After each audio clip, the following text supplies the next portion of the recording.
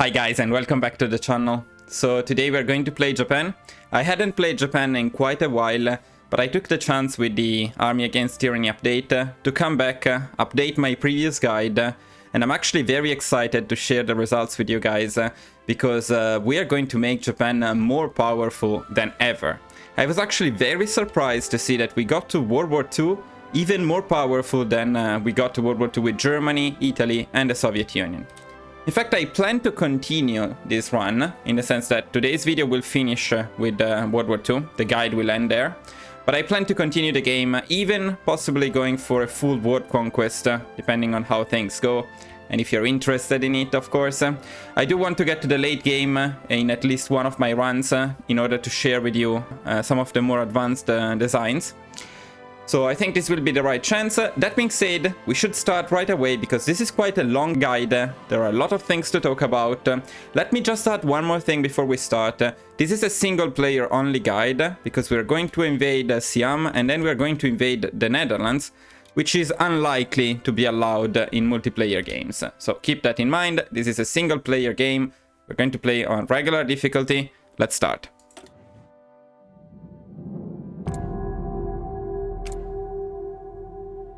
Now, if you're hearing this, it means you're watching the unedited version, because since this guide, or starting from this guide, I decided to keep making unedited versions of at least of my guides, if not of all videos.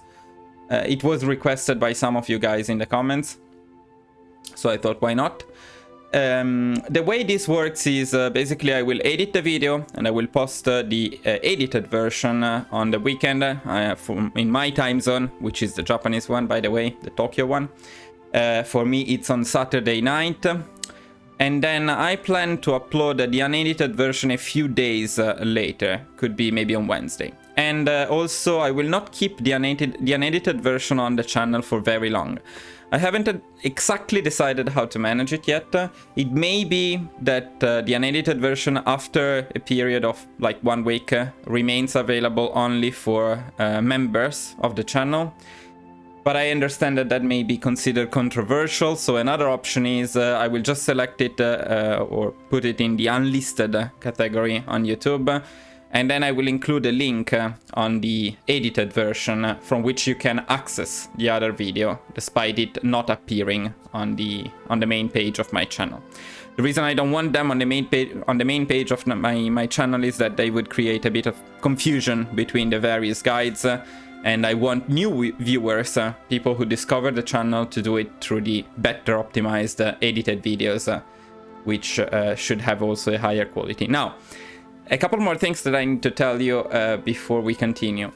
The first one is I will not be talking much because to edit the video more easily, I will actually try to only talk when something really important is happening. So in the editing phase, I can easily identify the parts of the video in which I need to keep and the parts that I can remove for the edited version.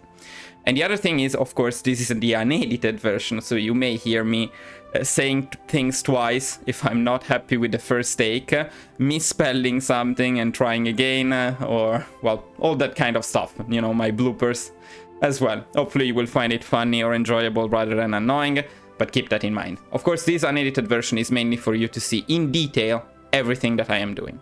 I will also pause the game from time to time, and I will be... It will appear like I'm doing nothing. What I'm doing in those moments is I'm actually checking my spreadsheets, on which I have all of the instructions on how to complete this guide. And this is what I've been working on for the past few weeks. And by the way, if you want to have access to the spreadsheets, these ones are, yes, only available to members. And I will include more information in the description of the video. Okay, so the first thing we're going to do is the initial setup. We can start with the researches.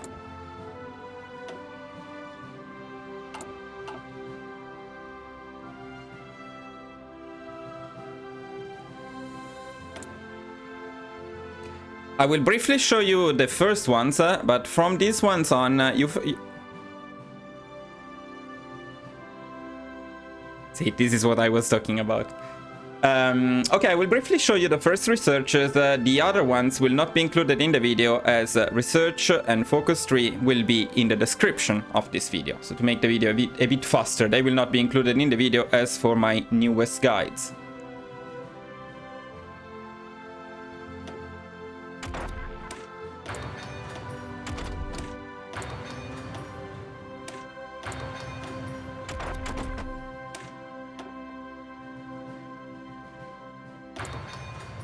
In any case, this is the list of the first researches, and for range improvements I decided to go with Yokosuka. It doesn't change that much with MIO you select for this one.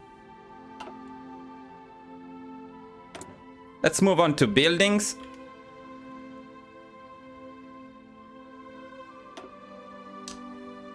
We are going for full infrastructures and civilian factories in Koshinetsu.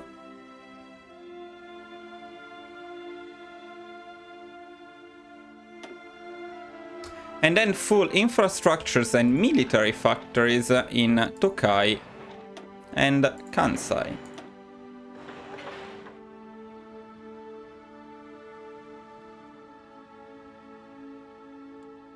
Let's talk about production.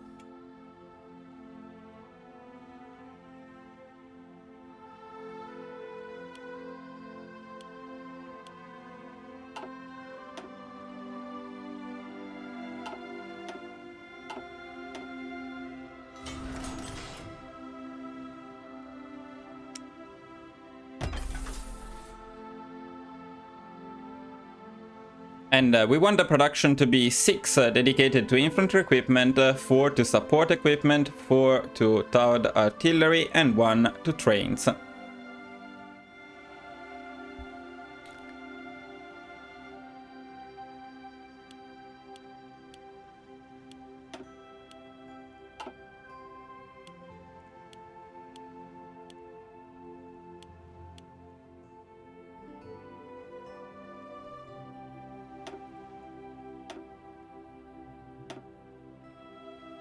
In terms of naval production, it doesn't matter much, you can do things differently, but I always like to finish building all of the smaller boats first and leave the bigger ones last down here.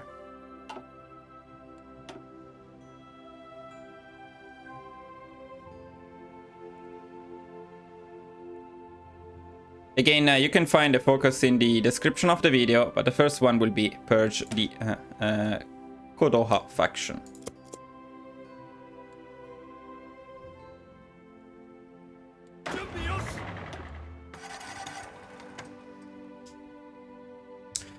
We're now going to split all of our divisions into several armies. I will show you the completed setup after it's done.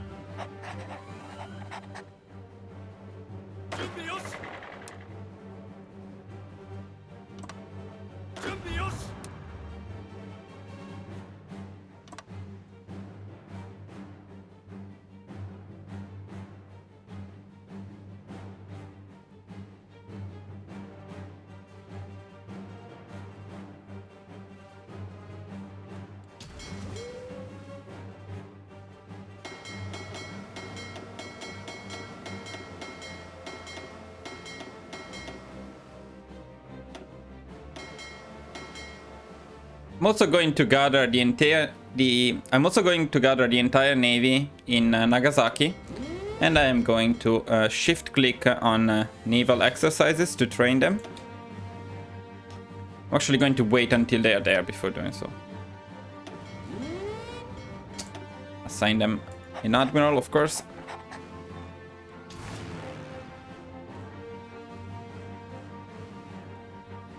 I send all planes to Taiwan, and I do the same thing. I train them once they are there.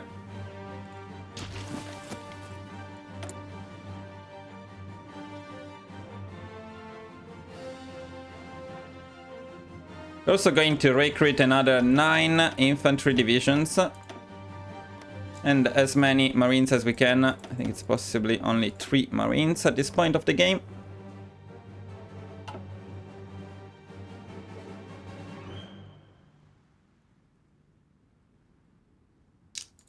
Going to change the occupation law to local police force.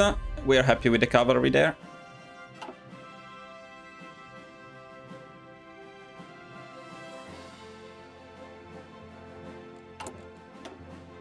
In terms of trade, we are not going to import steel, but we are going to stop importing oil. We also want to create an agency right away.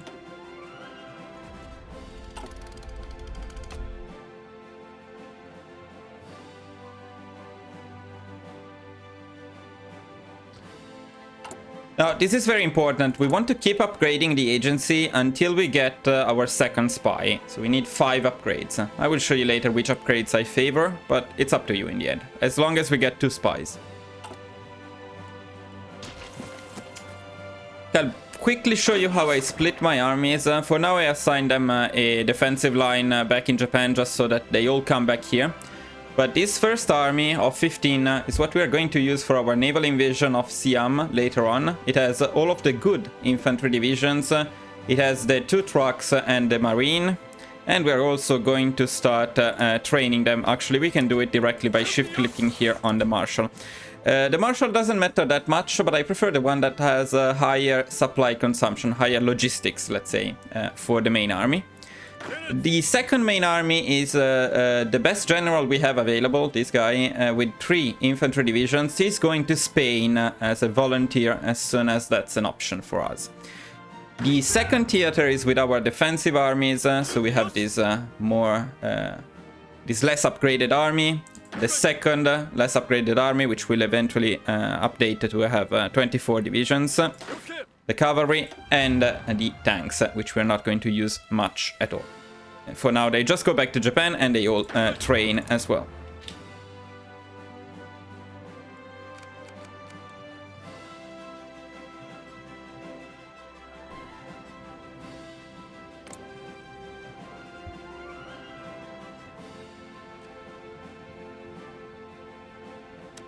Now, we also want to ask from the very beginning of the game docking rights to Italy and to Germany.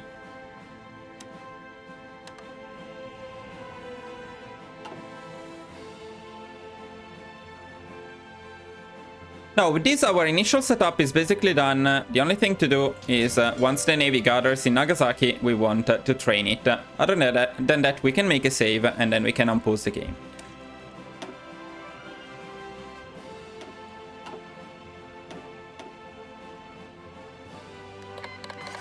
Early in the game, we can definitely keep the speed at 5. There isn't that much to do for now. Let's make sure that the navy is gathering in the right place. Okay, the navy is here. We can train the navy. Always shift click here, so that they will stop automatically training once they reach the regular level.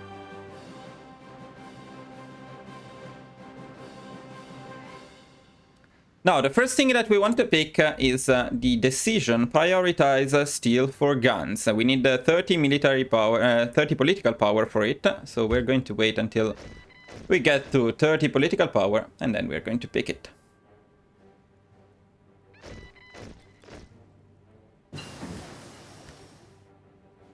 Okay, we got the agency. We want to keep upgrading it. As I said, we need a total of 5 upgrades. What I suggest doing is I suggest getting all of these ones and then maybe one anti-partisan. But it's entirely up to you if you prefer something else. Just what I would avoid is going for something more expensive than 5 civilian factories.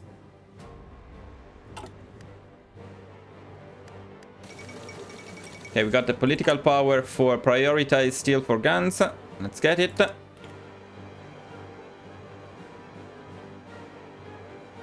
At the same time, we're also going to increase the production of guns up to 15 factories.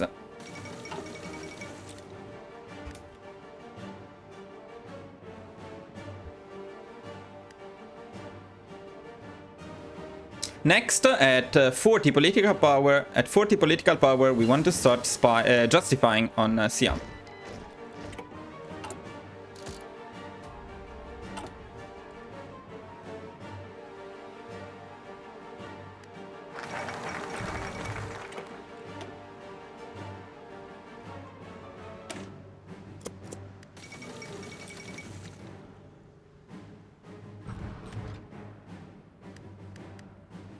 Okay, we got 40 political power, so we are going to start justifying on Siam.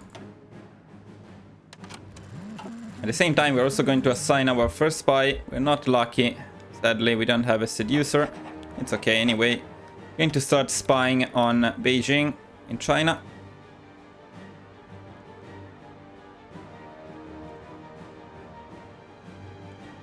We're also going to pick the first doctrine for Marines, which we unlocked by training our Navy.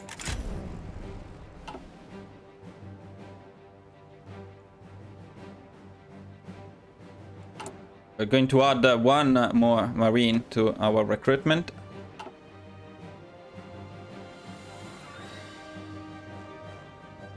And we're going to prepare the invasion of Siam. For that we need to stop this defensive line here, and we are going to select our first army. And we are going to start preparing a naval invasion from Nagasaki.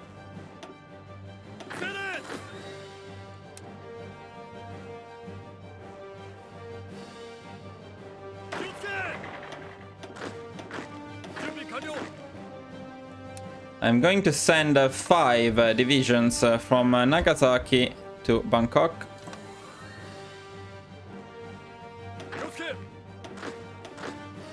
I'm going to send 3 divisions from Nagasaki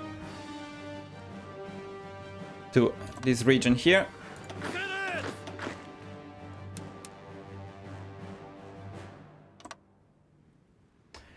Another 3 here.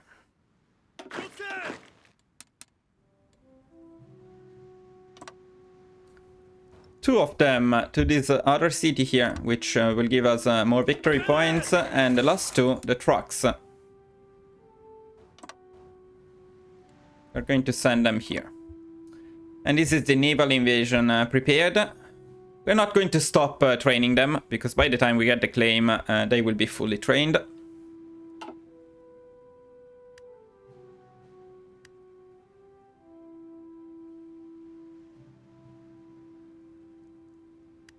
Next, the civil war in Spain should start soon, so we're going to send some volunteers there.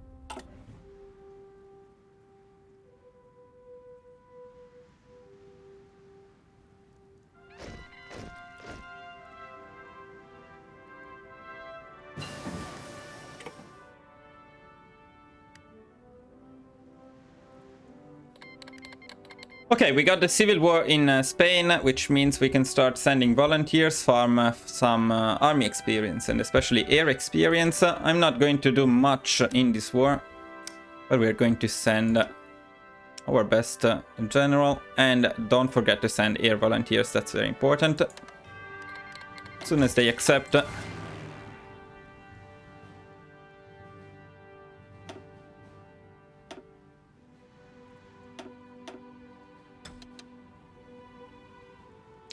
I usually send planes here, and I assign them to this region because it's more active.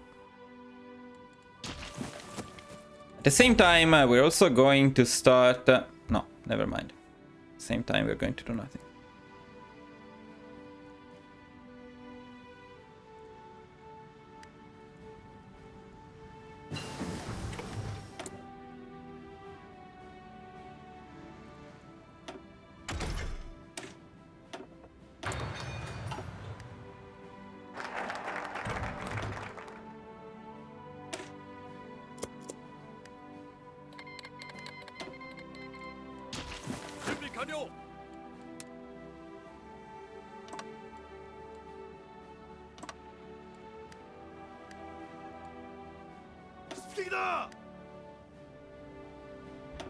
Feel free to manage the volunteers to Spain differently. I just like to assign them an offensive line and just say to attack, and I forget about them. But you can farm general traits and other stuff if you do it more carefully, if you micromanage them a little bit. Now, as soon as we get the second spy... oh, nice, we got a seducer. We are going to change them from a build internetwork to quiet internetwork in China. We're also going to start preparing the first collaboration government in China. Make sure to click on the automatically repeat one option here so that you get a notification when this is done. Otherwise, it's very easy to miss it.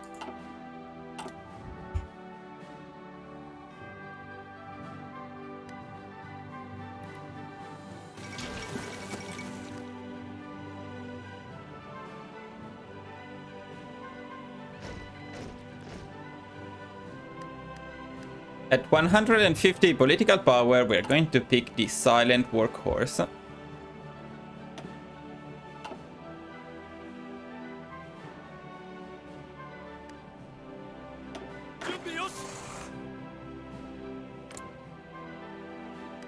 And we should be almost ready for Siam.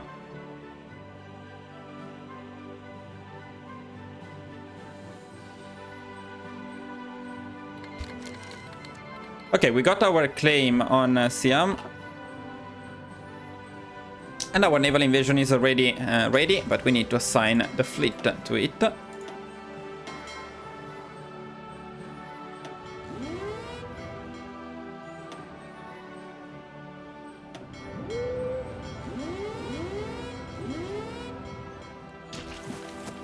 I also suggest making a save before Siam, just in case.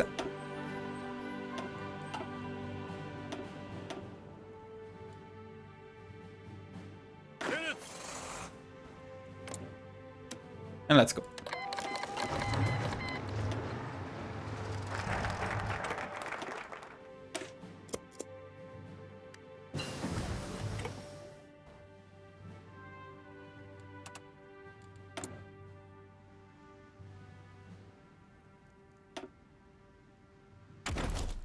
By the way, I changed slightly the naming for some of the researches. When I say weapons up, what I mean is this stuff here.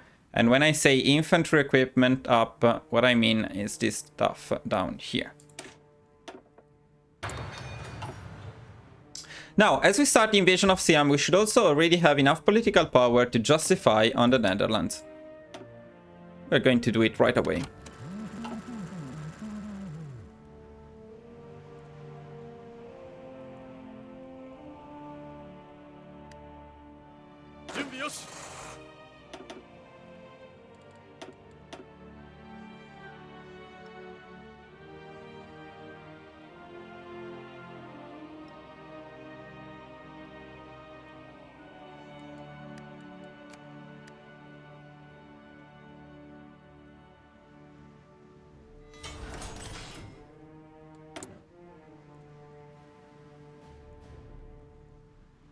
When you get 3 dockyards, I suggest you start making some convoys. I usually make 6, and then I assign 2 factories to the other boats remaining.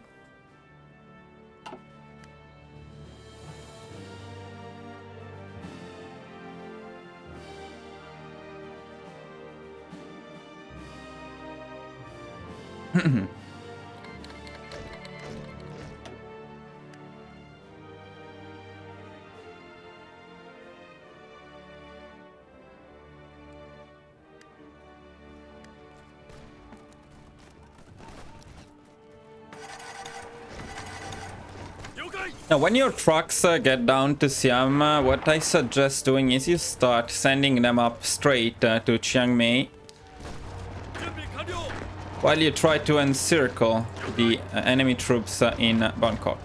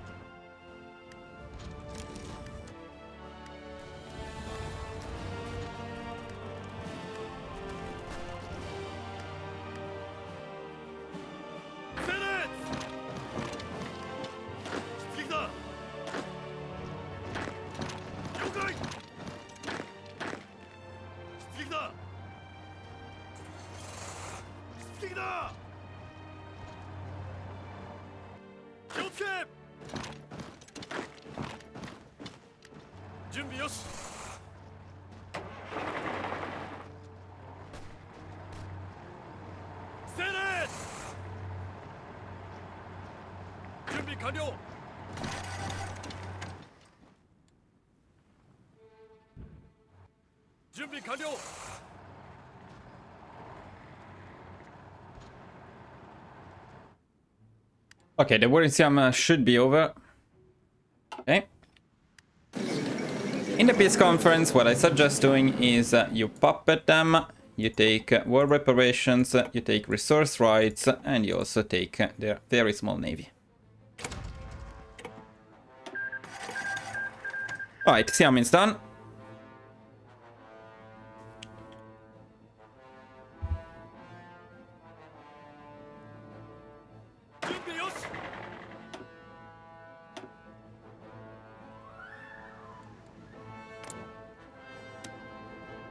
We're going to send volunteers back to Spain right away. We can now send 4 divisions, so I suggest you do so. And of course send your air volunteers as well.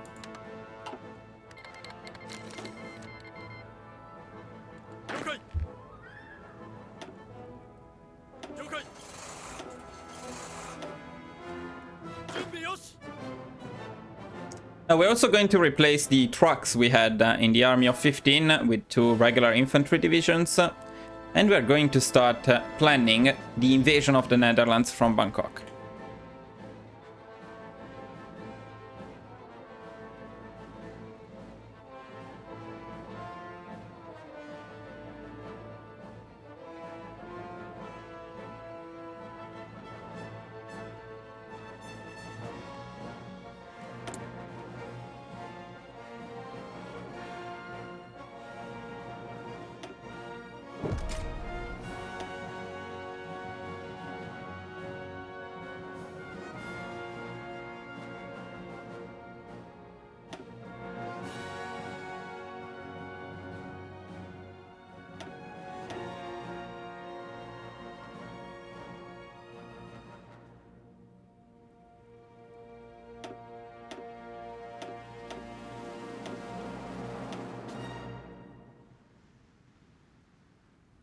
In terms of infantry equipment, MIO, I suggest you use this priority. I unlock this one first, and then you can check the numbers here to see which other ones I prioritized and in what order.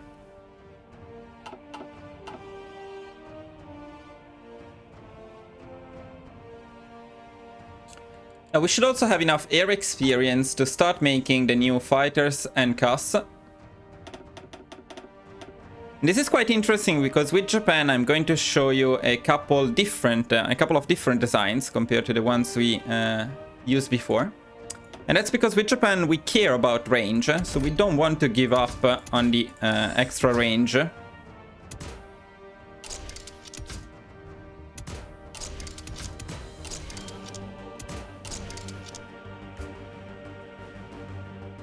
So for what concerns the F1 fighters, we're going to use this design with the extra fuel tanks. We're also going to add the light turret to mitigate a little bit the air defense loss from the extra fuel tanks, also for the extra air attack. So this is our F1 design.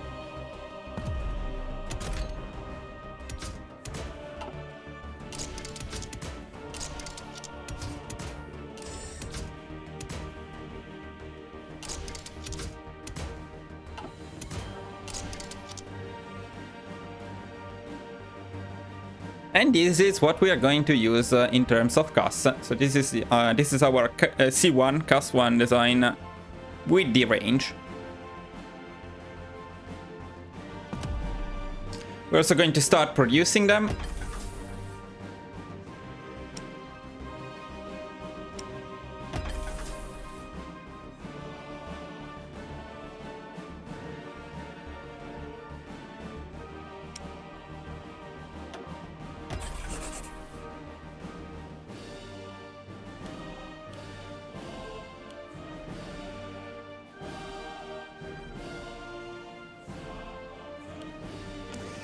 So in terms of production, we're going to make the following adjustments. We reduce the production of guns to 10, and we bring the production of F1 to 6. We prepare the production of C1, 3 factories, and trucks, also 3 factories.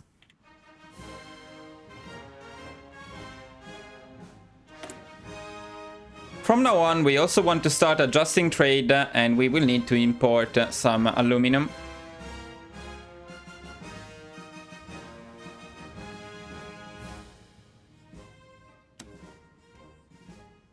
We can do it initially from our puppet, Manchukuo. Later on, I suggest you do it from the Soviet Union.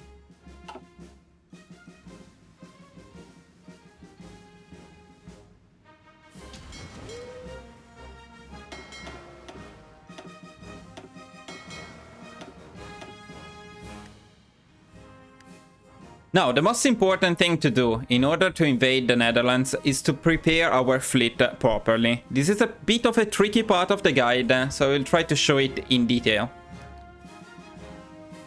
Now, the easiest way I found to do this, but if you have any suggestions on doing it better or more easily, feel free to share them with me, is you go here, you select your fleet, and then you start with the submarines, and you select all submarines. And we are going to assign all submarines to Bangkok. Then we are going to select all destroyers. And we are going to send them to this harbor here in Somalia, Italian Somalia. Then we are going to select our light cruisers. And we're going to send them here. And we are going to select all heavy cruisers. And we are going to send them here in Sardinia. And finally, the remaining part of our fleet with battle cruisers and battleships and carriers, we are going to send them here in Germany. If you position the fleet correctly, so here, here, here, here, and here, you should be able to get the naval superiority everywhere you need to start a naval invasion of the Netherlands. That's our goal for later, once we get our claim.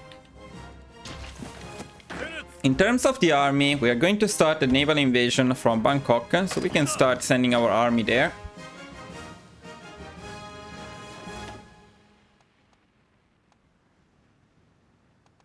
And if you get some good trades with your general, it may be time to assign them. Both the extra grace and the shore bombardment bonuses are pretty good.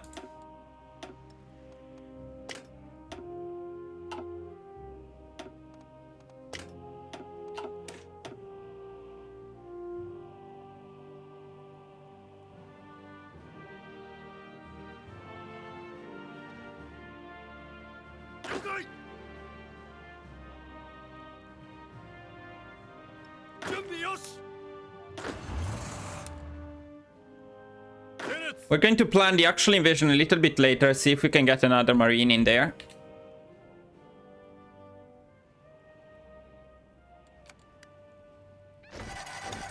Meanwhile, at 50 political power, we're going to pick the Army Offense Specialist.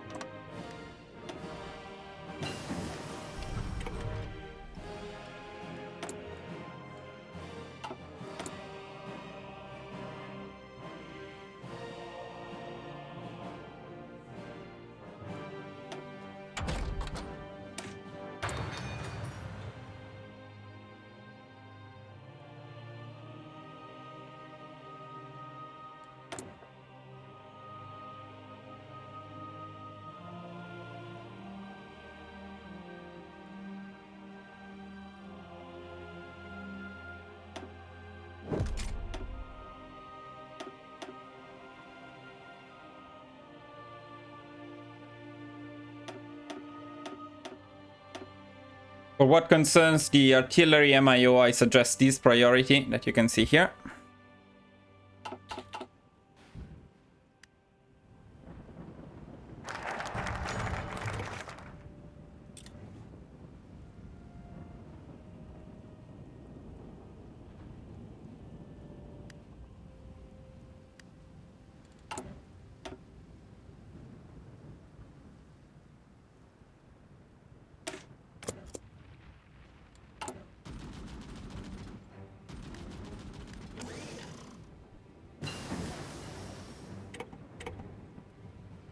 As soon as we get to 30 political power, we are going to pick the prioritize army aircraft construction.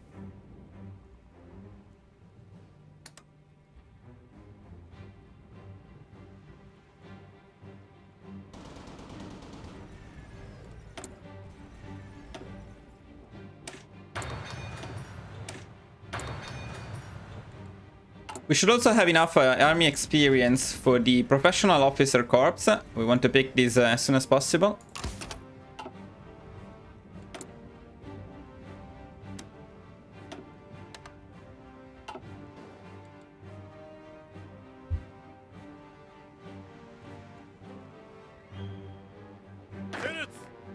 And now we can actually prepare the invasion of the Netherlands.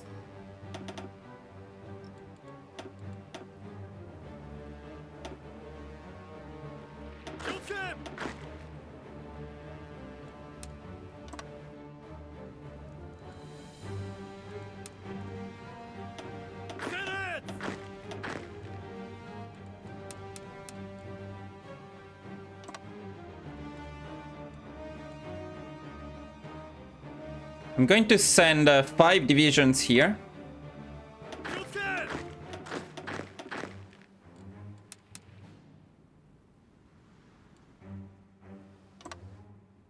We start from Bangkok, of course. We send another 5 here.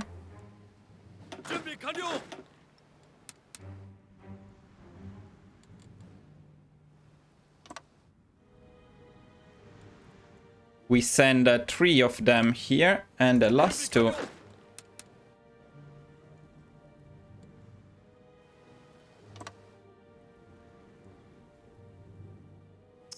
here. Now, this naval invasion is tricky. It doesn't always work as planned, so I recommend making a save before you actually start the invasion, because if this one fails, or if you get stuck in the Netherlands, well, it may affect the run significantly. We really need to win this war, and we hopefully need to win it faster. So, I found this strategy to be fairly consistent, better than attacking on this side, but still, making a save is better. By the way, if you're wondering why we can start a naval invasion with 15 divisions rather than the usual 10, it's because of the first doctrine we got for Marines. This doctrine here increases the naval invasion capacity by 5, so that's why we can invade them with 15 divisions instead of 10. You can still do it with 10 if you don't have access to these special forces doctrines.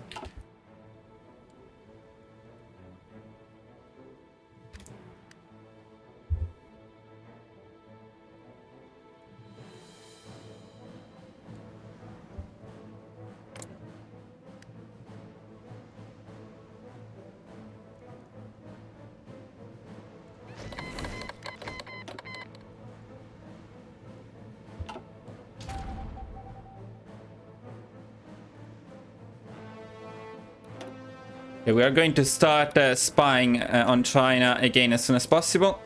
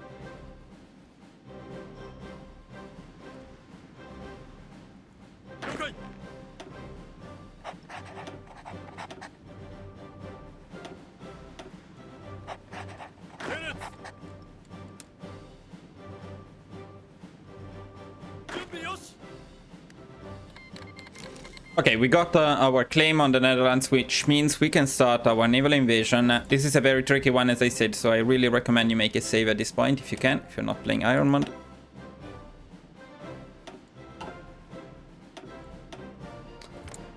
Clear war to the Netherlands. And let's see if the positioning of our fleet was correct. If it was correct, we should be able to get the Green Sea everywhere.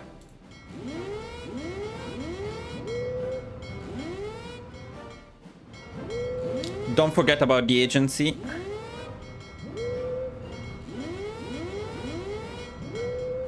Okay, everything seems fine. Let's start our naval invasion.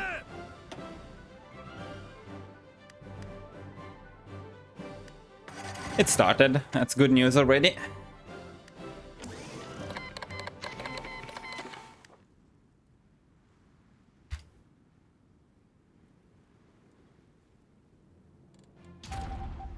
We should also be able to prepare the second collaboration government in China. So let's do that.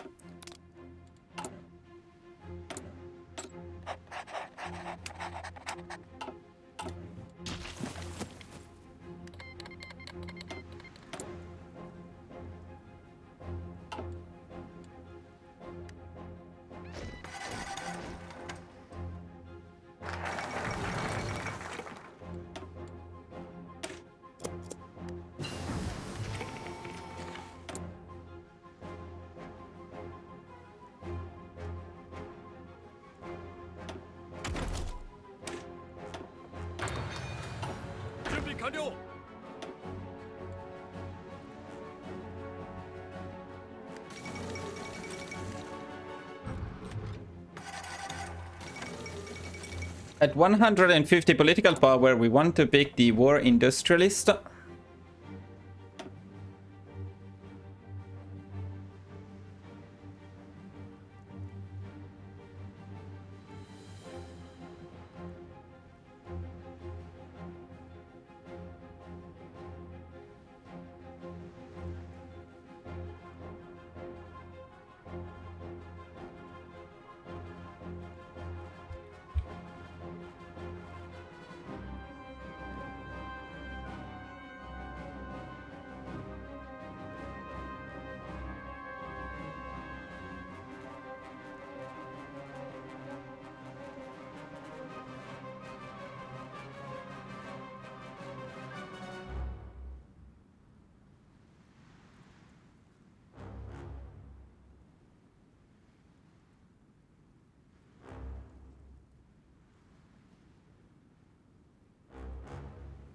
We also want to increase the production of artillery and support equipment to 5.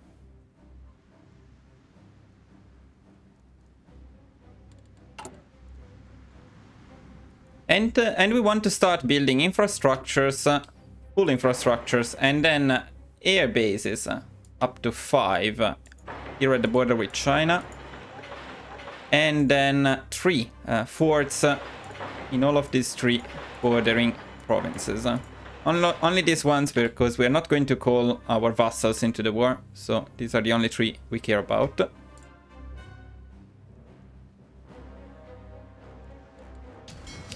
Now that our naval invasion is on its way, we're also going to recall all of the destroyers from this area. We can assign them to a new theater, actually. The new admiral. And we're going to send them back to the region of Japan. We are going to use them to protect trade around Japan. As you can see now, we are struggling with trade because of the war against the Netherlands, and later on it will be because of the war against China. So we want the destroyers to protect trade around Japan.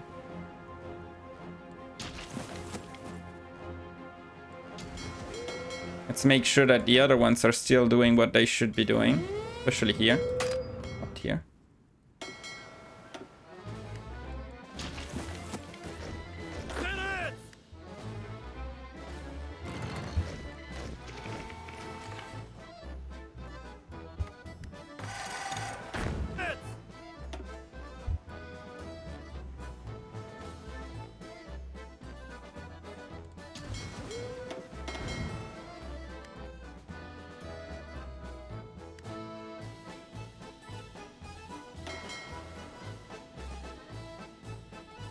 Okay, we can assign our destroyers to convoy escort in the area of Japan.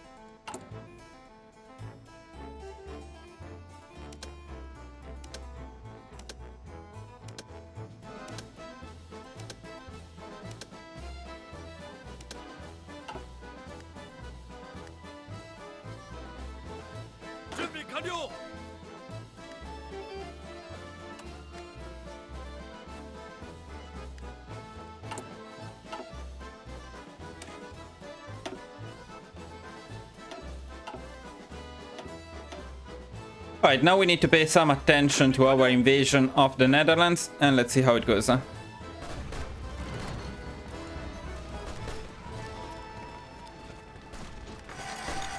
you should always be able to disembark with these two units here, and you can try to send one to attack here and one around them, see if you can encircle them.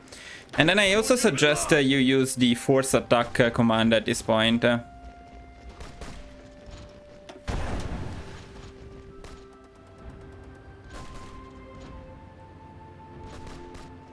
Okay, nice. We got the first harbor. This is very important. Now, from here, we just want to keep going down. Ideally, we want to go and get Amsterdam and encircle all of the divisions that they have here. Let's see if we can do that. Also, at this point, you should be able to pick Institute Indiscriminate Conscription. It's 30 political power. I suggest you do it because we are running very low on manpower at the moment.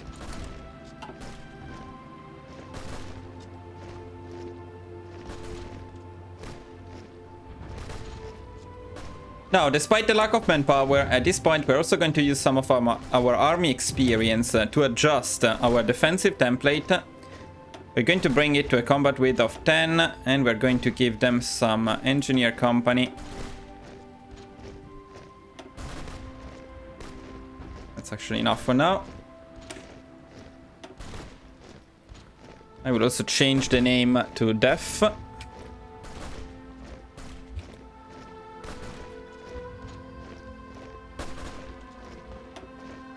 And we want to recruit 18 of these divisions, defensive divisions.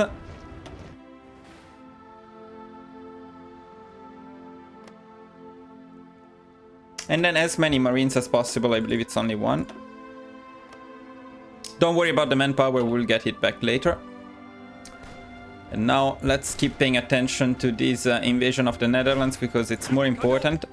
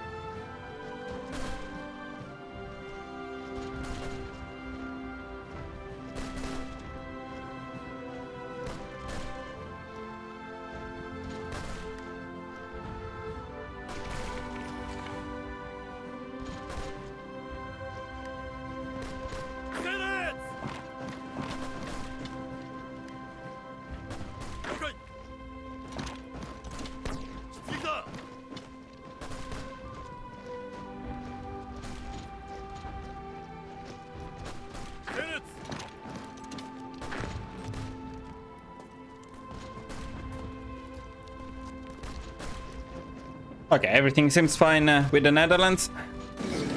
We got it. fairly fast, no problems here. Now, the peace conference with the Netherlands is a bit tricky. I showed this before in another guide, but be careful here. The first thing you want to do is you want to puppet them. All of them, including the Dutch East Indies. And then you want to get the resource rights in the Netherlands and especially in the Dutch East Indies. Now, only after this,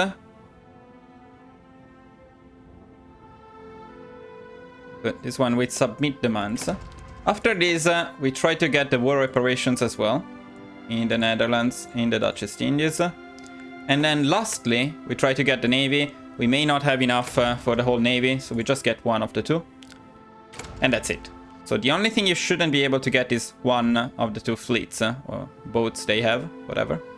But you want to puppet them and to get resource rights and war reparations in this order. It's very important. Otherwise it bugs out and you cannot get everything.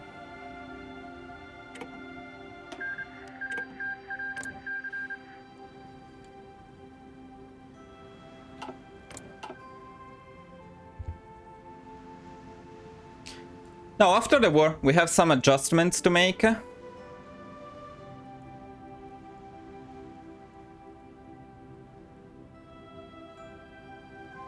First thing we want to do is we want to send our army and our navy back.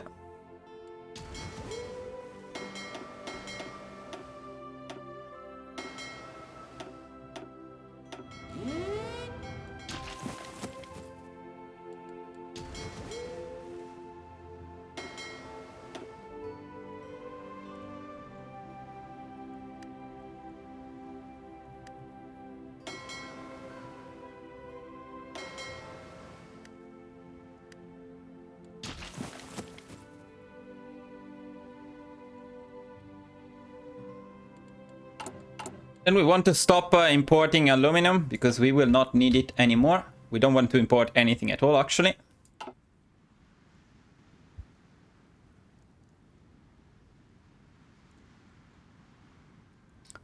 Want to increase the production of trucks to 5, the production of artillery to 8. And the production of support equipment also to 8.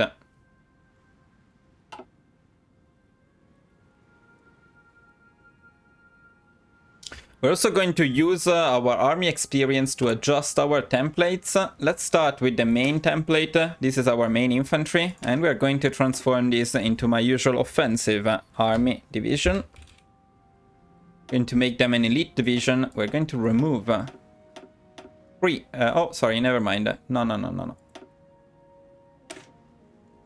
So we're going to transform this into our offensive division, army template, and we're going to change 3 battalions of infantry into artillery. Now, this is much cheaper rather than adding a new artillery battalion. And in this way, we also get rid of 3 infantry battalions, which is what we want. We want to have a combat width of 27. And then we're also going to give them some support artillery and some logistics company. This is the final offensive battalion that we want, offensive army template that we want. We're also going to make them elite.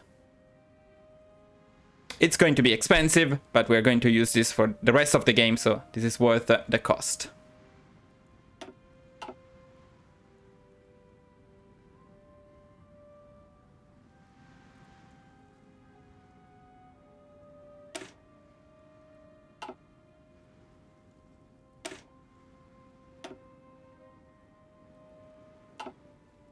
This is not mandatory, but if you want, you can also change the engineer company on Marines to pioneers instead, and you can also add a support artillery to them. I usually do it. It's another 20 army experience. It's not cheap, but in my opinion, it's worth it.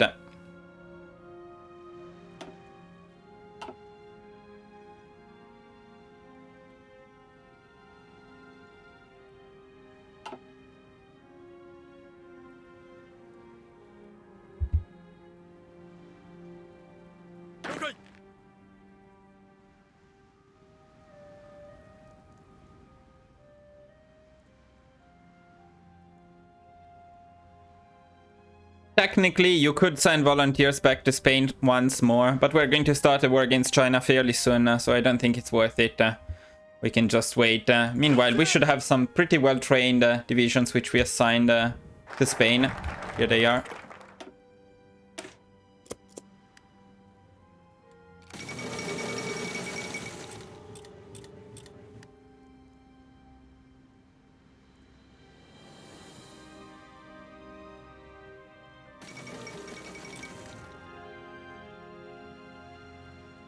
At 50 political power, we're going to pick ground support.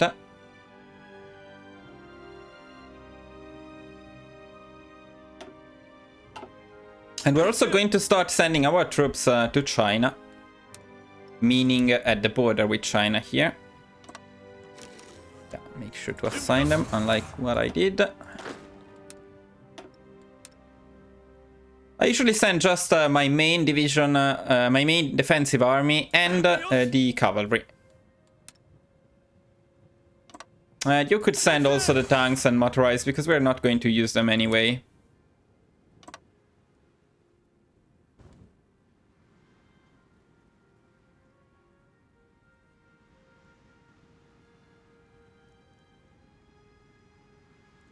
We also want to do something in terms of buildings. We want to build military factories in the 100% provinces, and we also want to build infrastructures plus military factories in the 80% provinces.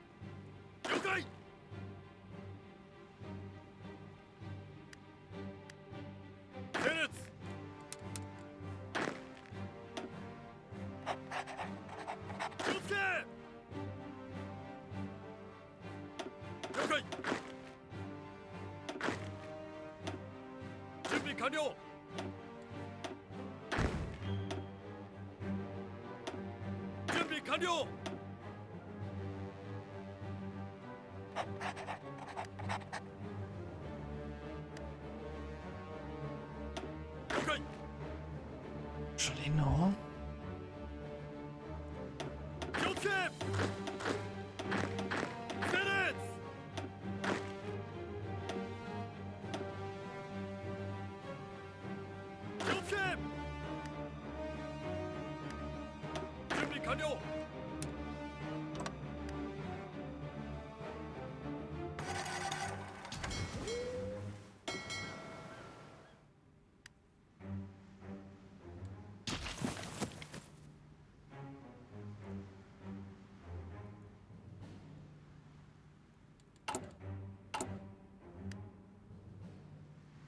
As soon as we finish the Marco Polo Bridge incident focus, we're going to declare war to China.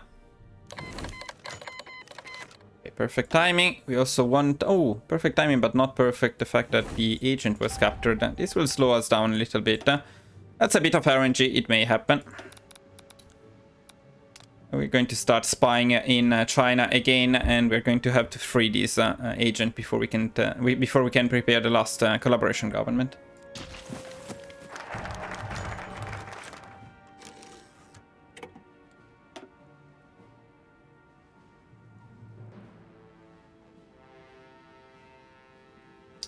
In any case, focus is done, so let's declare war to China. And immediately we're going to escalate the war in China. We're going to pick this decision right here.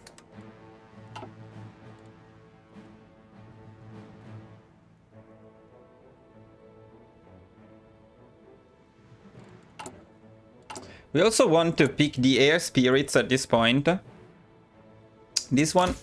And the other one, we don't have enough air experience yet, so hopefully a bit later. Now let's remember to assign all of our planes to China at this point. We send them all here to the airport that we built. Assign them the missions and assign them to this region.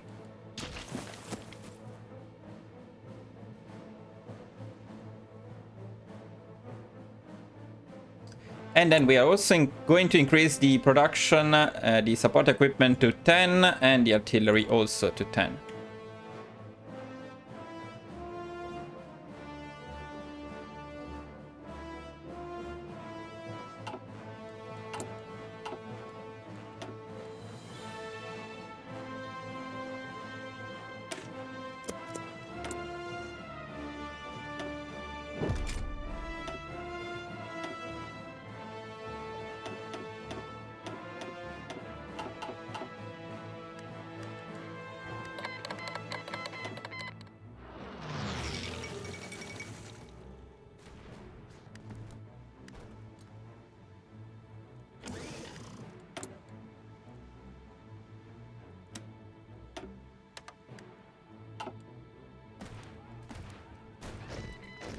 Okay, the air experience goes up very quickly after the war with China, so you can quickly pick centralized control.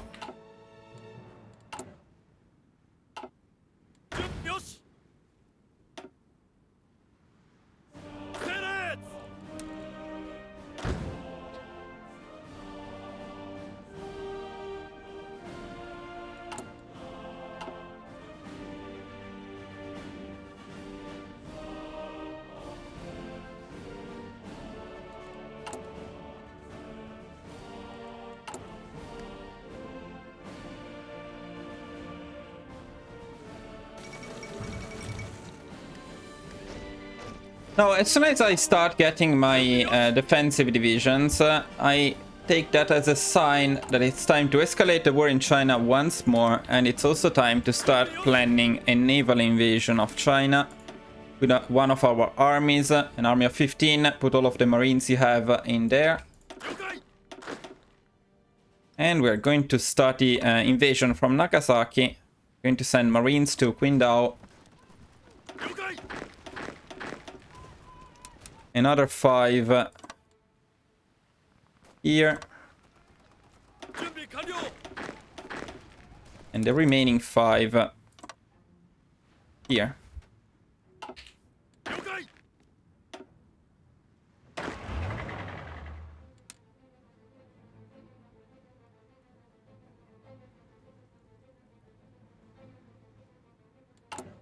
We're also going to start recruiting another offensive army of 24.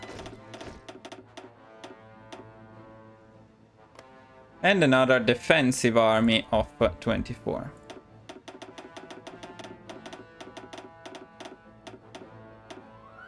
And as usual, as many marines as possible. In this case, only 1.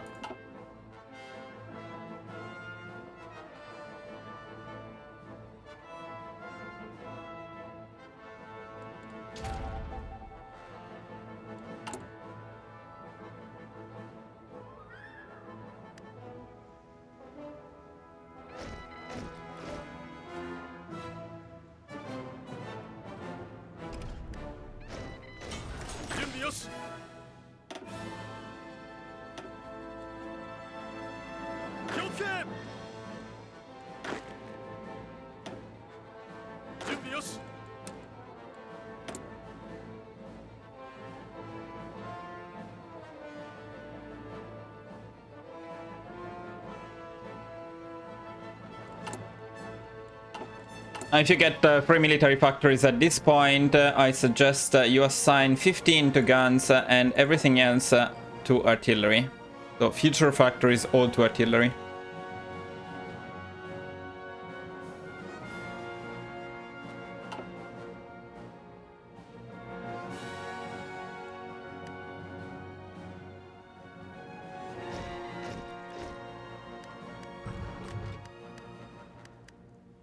Okay, our naval invasion is ready, which means we can also, well, soon we'll be able to escalate the war once again.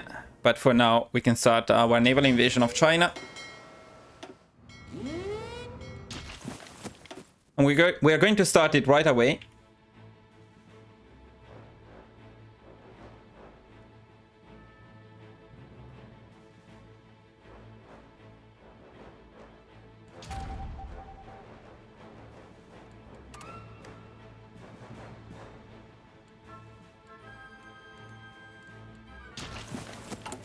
Okay, we can escalate the war once again. Let's do it.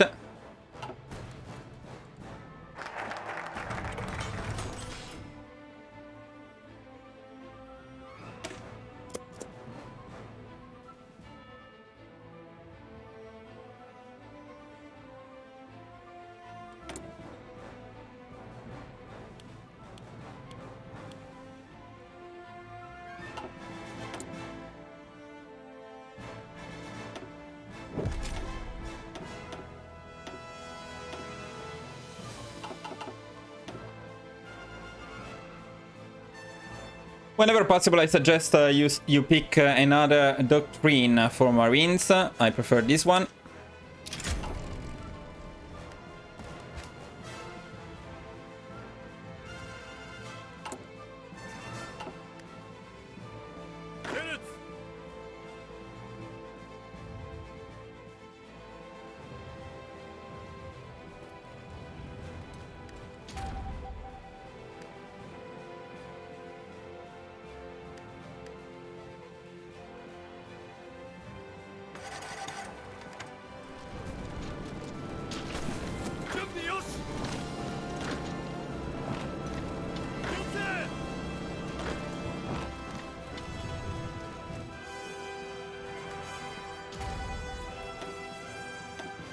Okay, we need to rescue our spy here. This will waste quite a bit of time. This was a bit unlucky, but that's okay. It can happen.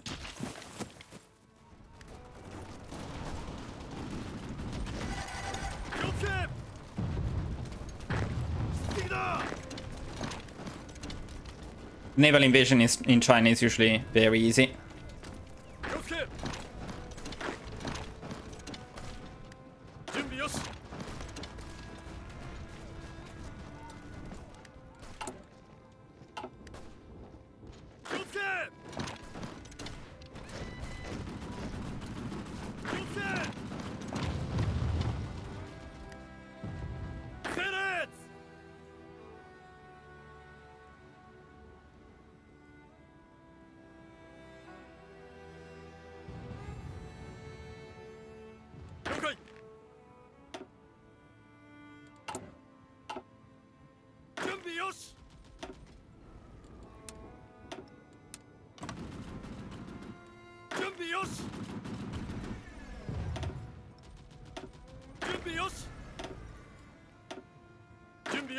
Now, at this point, I usually exchange the divisions in order to have all of my offensive divisions here in the main army in China and the Marines in a separate army.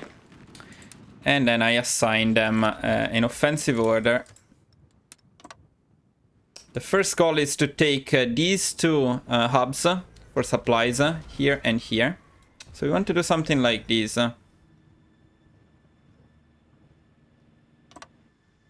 These are the regions that we want to conquer as fast as possible. And we can also send them the defensive army here in China to support their offensive. I wouldn't stop training them though, because they will not need much support, so you can keep training the defensive army.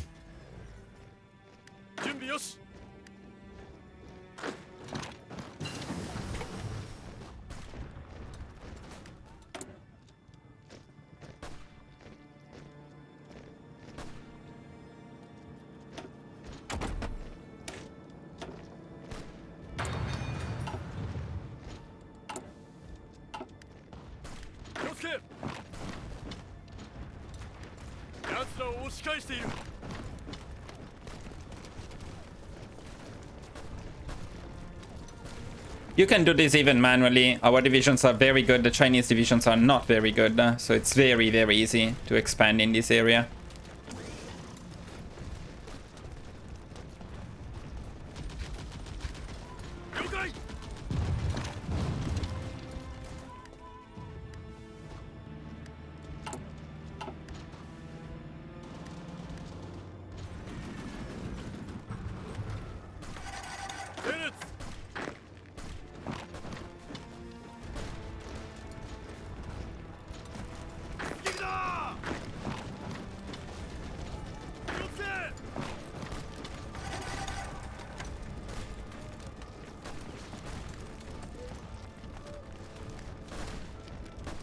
It's actually probably better to do it manually, otherwise they will attack where you don't want them to attack. I wouldn't cross this river yet, just take this area.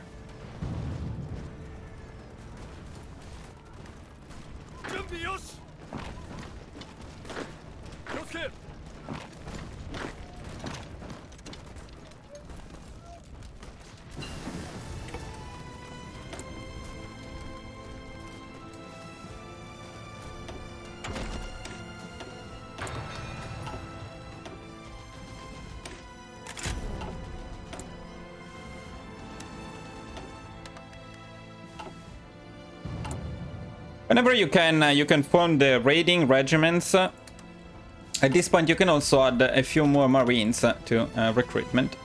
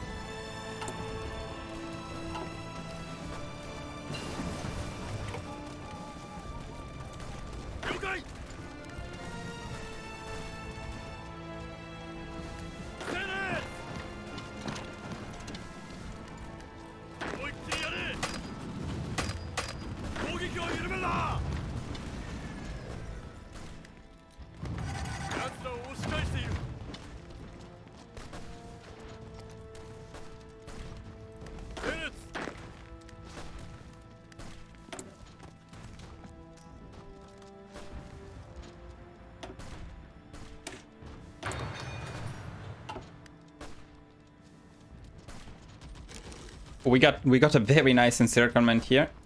Of course, against China, if you can get encirclements, it's going to make things much easier. Because they have a lot of divisions, but they don't have good divisions.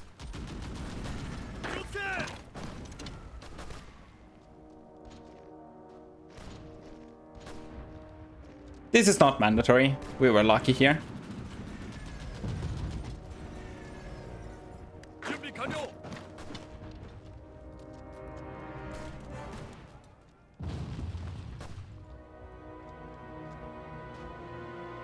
Okay, perfect.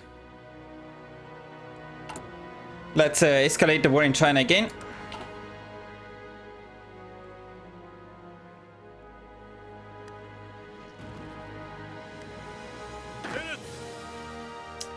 Now we want to start planning our offensive for the area of Beijing. That's also why we sent our defensive army here in China.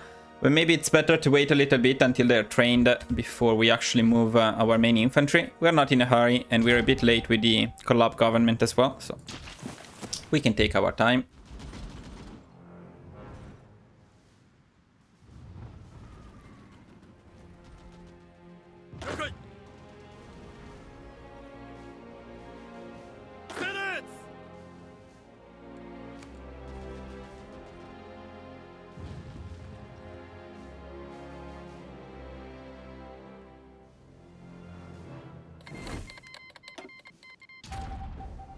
Okay, let's spy China again. At this point, if you were luckier than me with your spies, you can probably start preparing the last collaboration government. Just one important thing, don't spy them in Beijing anymore, because we're going to take this area soon, so start spying them in here instead.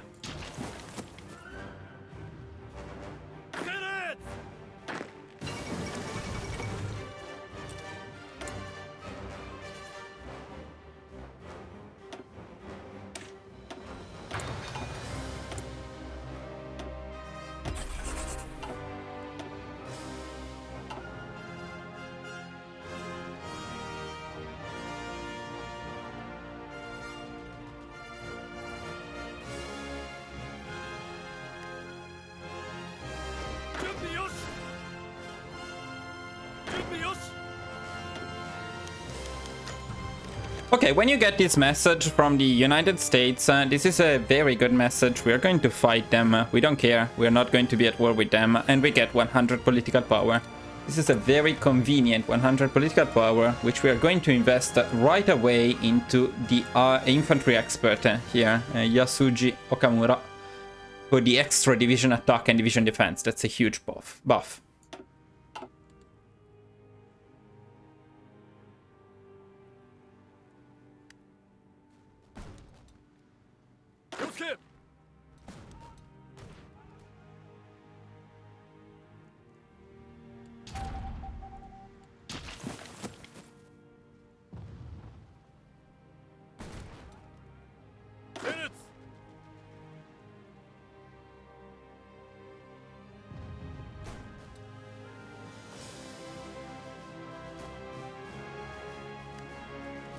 Oh, yeah, if you remember, don't leave the navy on naval invasion support and save your fuel.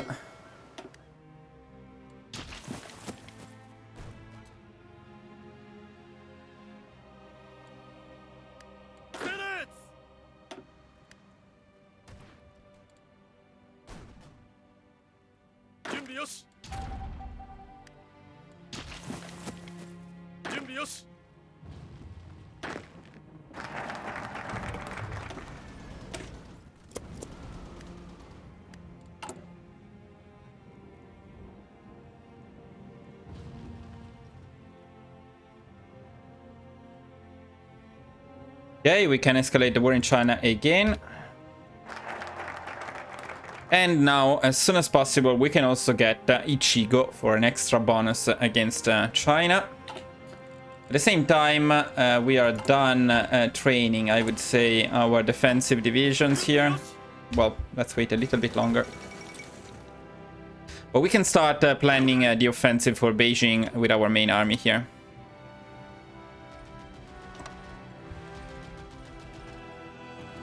Now, it's very important, once again, that we get this supply hub here. And then we want to cut off completely the troops in Beijing. So we want to do something like this. Want to get to our allies here and cut off all of the divisions that China keeps in Beijing, which are usually quite a lot of divisions.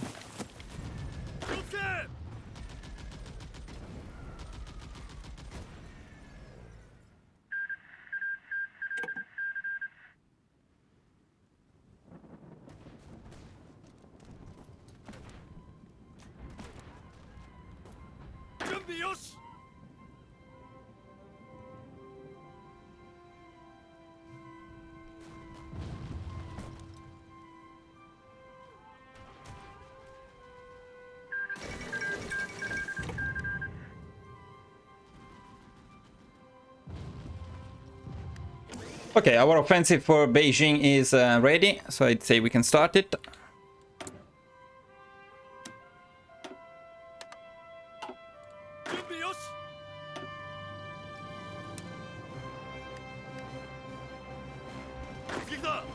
Should be a fairly easy offensive, despite the river crossing.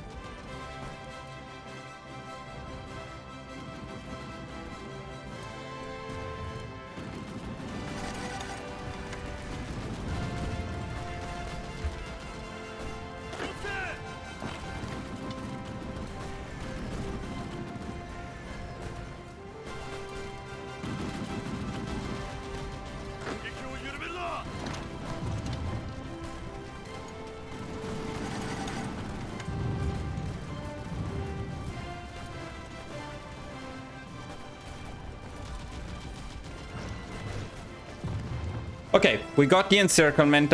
This was the main objective. Well, the second one is to get this supply hub, but it looks like we are getting it too. We can stop the offensive. want to push into them right now.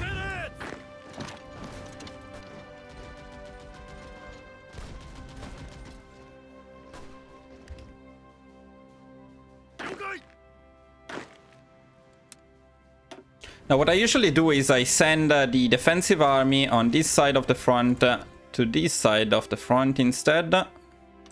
Cover this area here. So I can focus the other defensive army only here, not extend too much the front.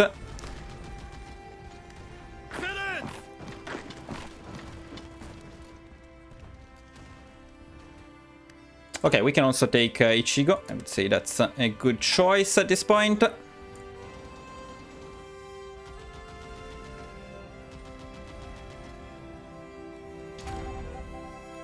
And we're very close to our collaboration government. Let's make sure we don't miss this, because we're already late. Okay, we can get our third collaboration government in China. Let's do it.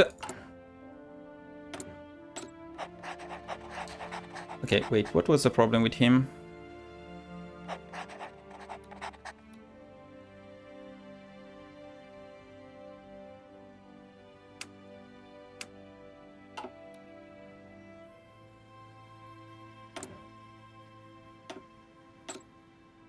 Why can I not assign him? What?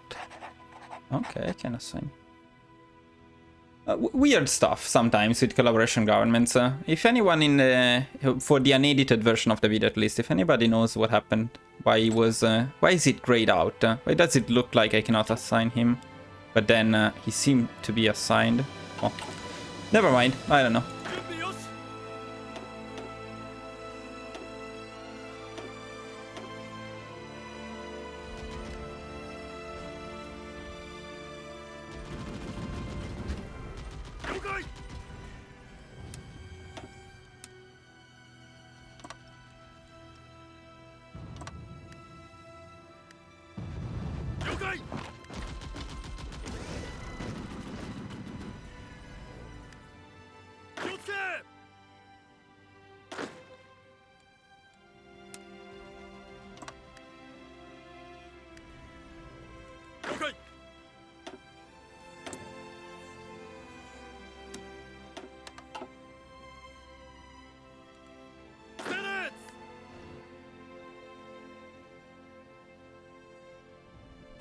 I feel like China has a bit less divisions than usual in here, but still enough to destroy them.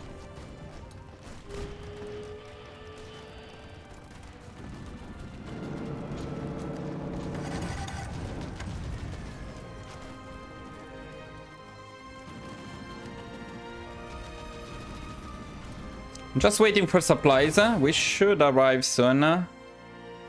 Or maybe not. In any case, at this point it may be better to start the offensive for Beijing.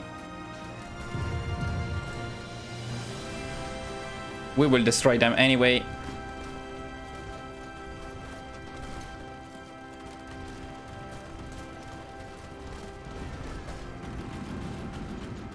There we go. A lot of divisions lost for China.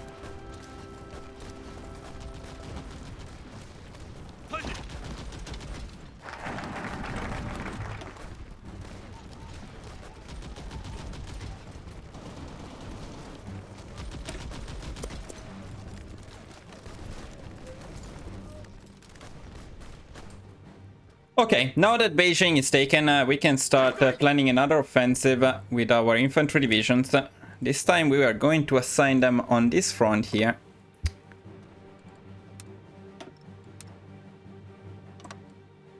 And we are going to try to get this supply hub here. And then we are going to try to get Nanjing with this offensive. But actually at the same time, we're also going to start planning a naval invasion. We're going to use these divisions for that.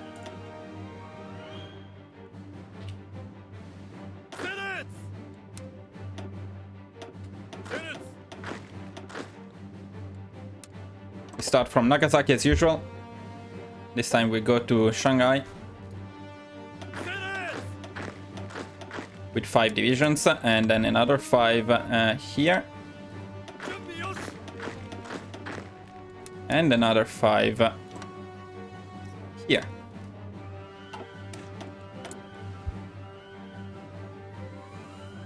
Okay, now I got my plane designer, and this one is quite important. For this one, we're going to maximize air attack and agility, of course. So what I suggest is something like this.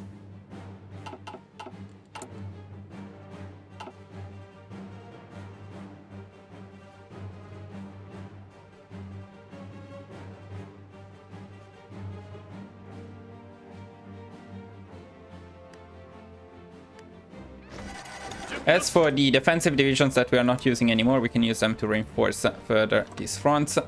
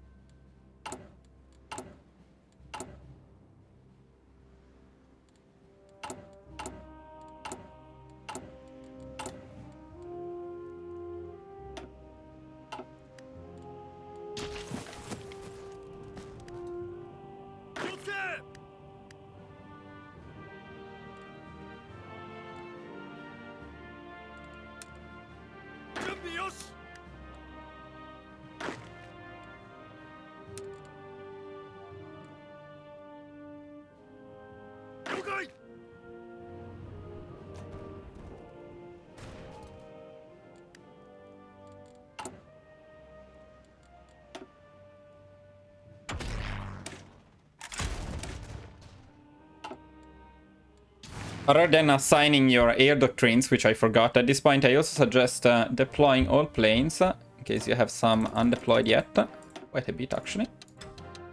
And then I would also assign them all to your armies rather than to a region, so that they follow more easily the army around wherever it's needed.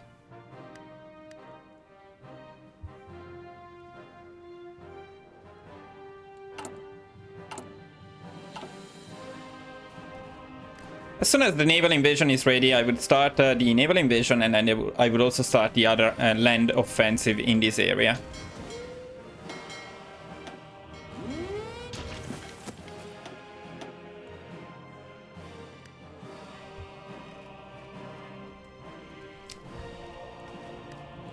By the way, look at the casualties meanwhile, guys. 12,000 for us and 400,000 for China. Not bad.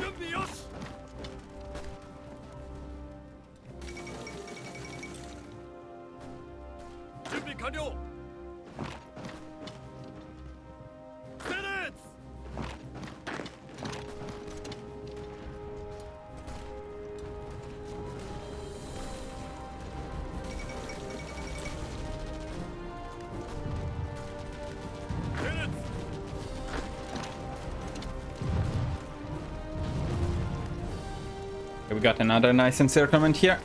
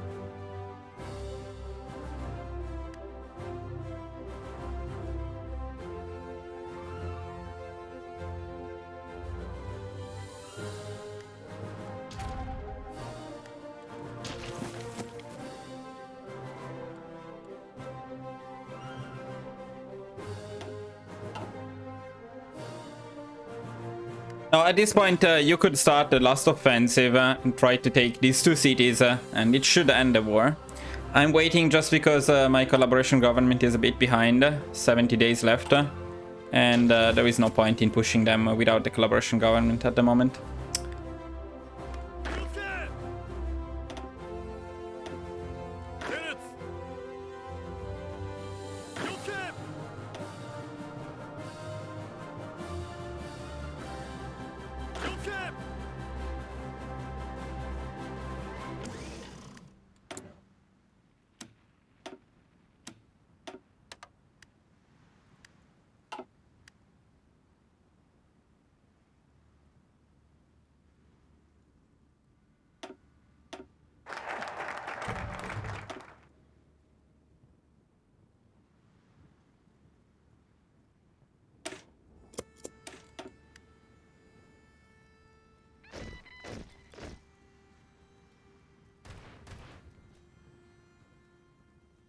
I decided to push anyway. As you can see, there isn't much resistance. There isn't much resistance left offered by China.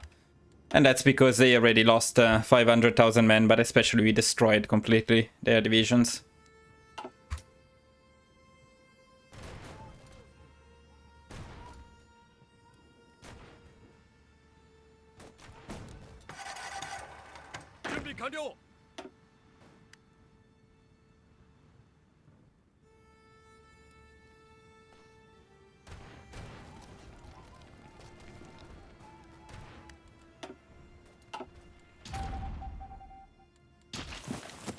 Okay, as we get to 100 political power,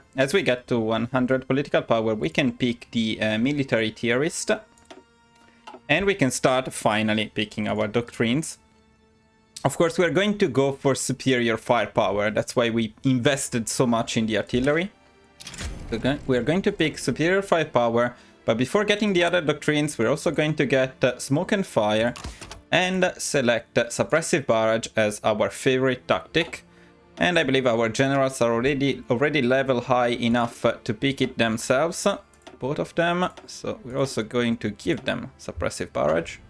Now, if you have any left points, you can continue. Any points left, you can continue expanding the doctrines. Of course, our goal is to get to this one as fast as possible. These two are insanely strong.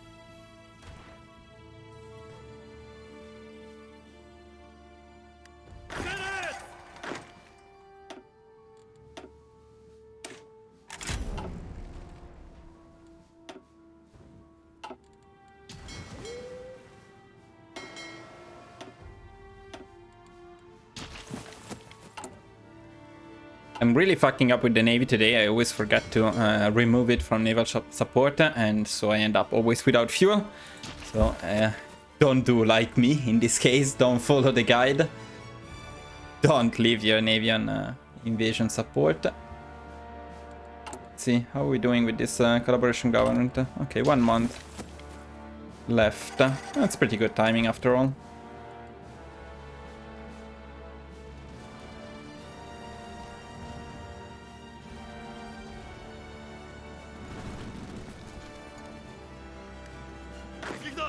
Yeah, I would like them not to push there though. Ah, they spread everywhere, of course.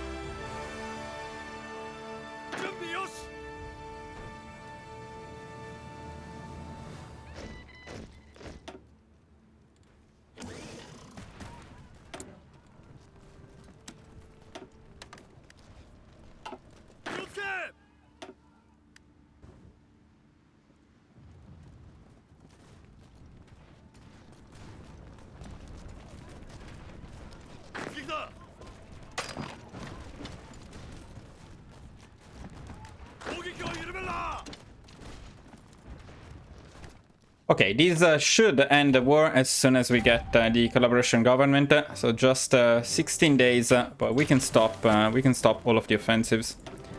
No need to waste our troops at this point.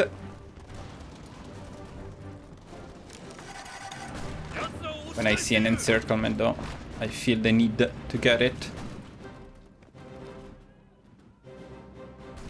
Stop, stop, stop.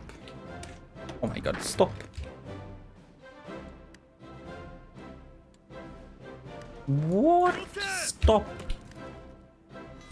Stop, motherfuckers.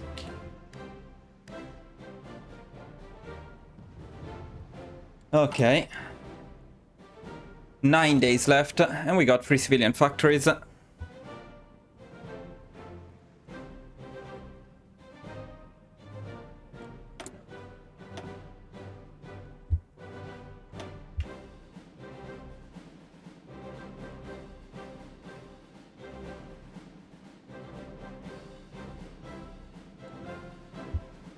Okay, now if you have anything at 100% at this point, use your military factories or invest in military factories in that region. That includes your puppets as well. Sometimes it happens, but this is not the case. And after that, we're going to get infrastructures and military factories in Tohoku and in Shikoku.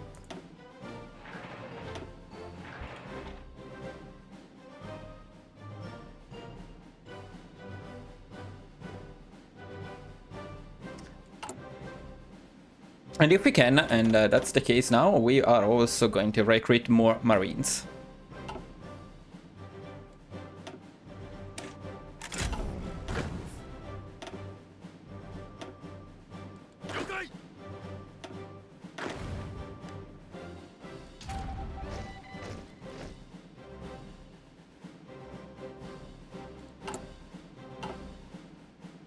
Now, as soon as this collaboration government is done, we'll find out if we did everything correctly. I hope so. If everything is correct, China should immediately go down as soon as we get the collaboration government. That's the case. Okay, so that's perfect. We got China.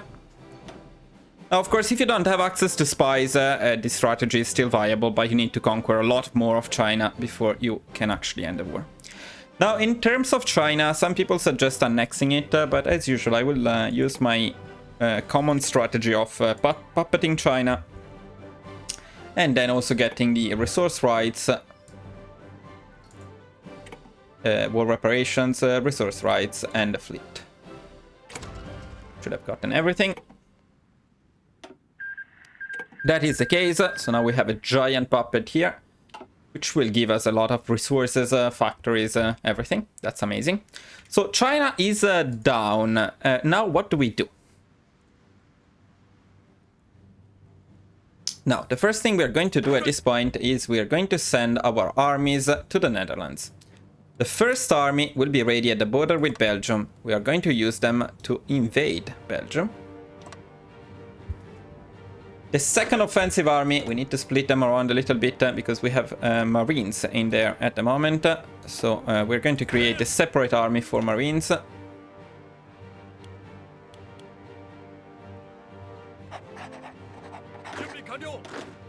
So our second offensive army, not entirely complete yet, but it will be soon. We're going to send it at the border or to the border with Germany. And Marines, we're just going to send them around here. We're also going to send our defensive armies. In the end, it will be 3 of them, but for now, we only have 2 available. We're sending both of them here.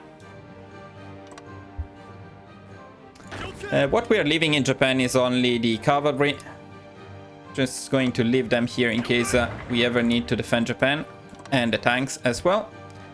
Basically, everything else is going to the Netherlands. That includes the fleet. At this point, all of the fleet, I don't want to risk anything against the UK, so we're going to recreate, remerge everything into one giant fleet.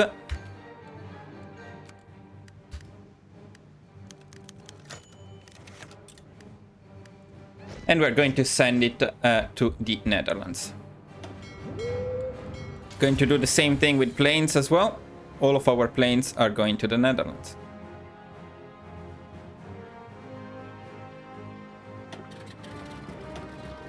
And then we are going to start spying on Germany. Now, this is optional. You don't have to do this. But since I plan to attack Germany next, well, after World War II, I will already start spying on them.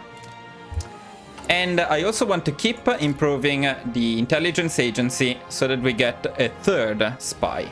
But again, this is optional. This is not something that is actually part of this guide. So if you don't want to do it, you can avoid this part.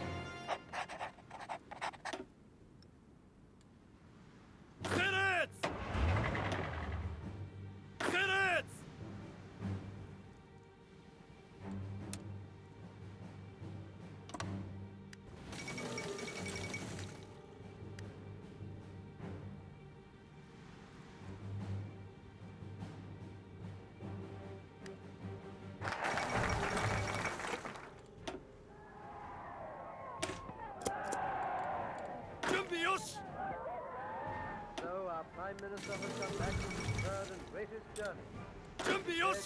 With the settlement of the Czechoslovakian problem.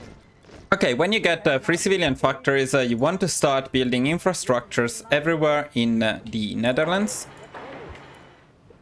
To a larger settlement in which all Europe may find peace. We're also going to start building air bases everywhere in the Netherlands, up to 10. We don't care that much at this point. Here is the paper. And then, why not, also some military factories in the Netherlands.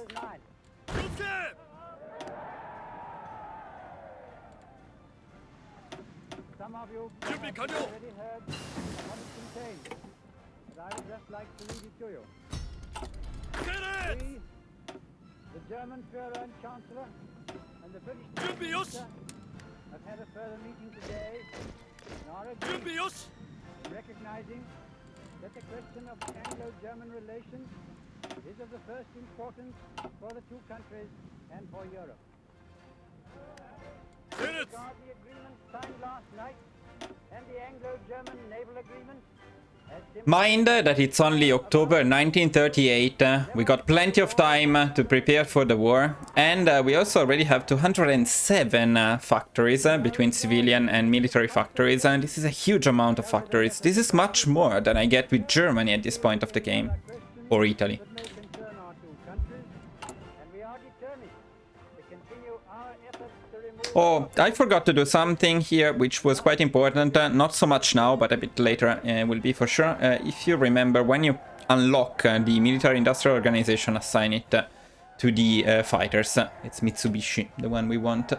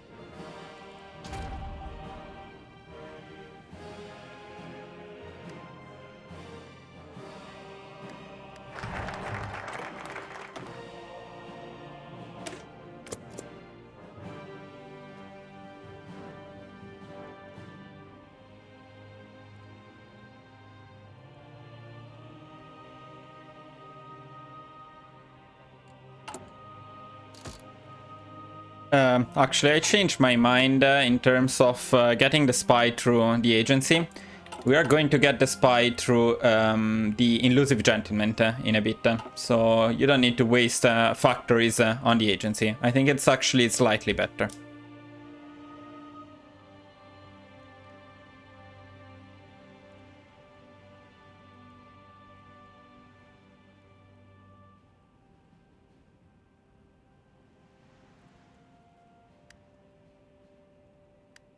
First of all, we are going to get our first collaboration government in Germany.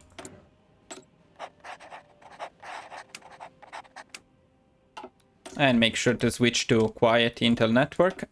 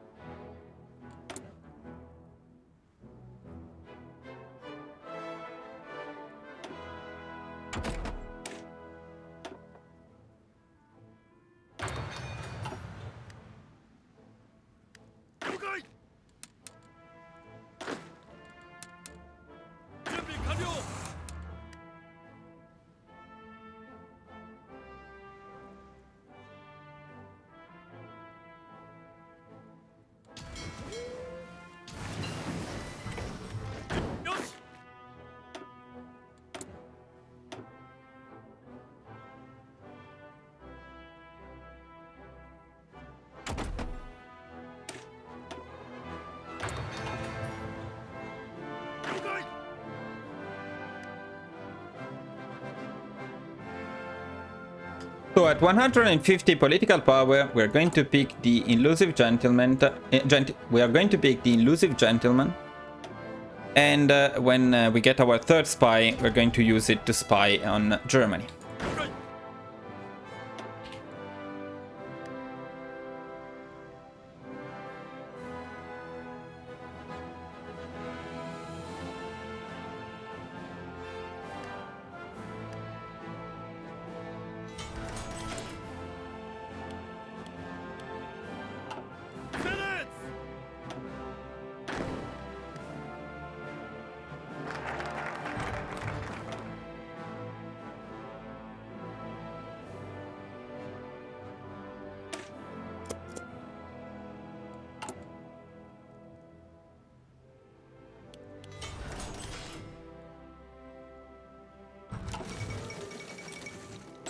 Okay, here we go with the third spy. Not lucky at all with the traits of the spies today, but that's okay. We're going to start spying on Germany.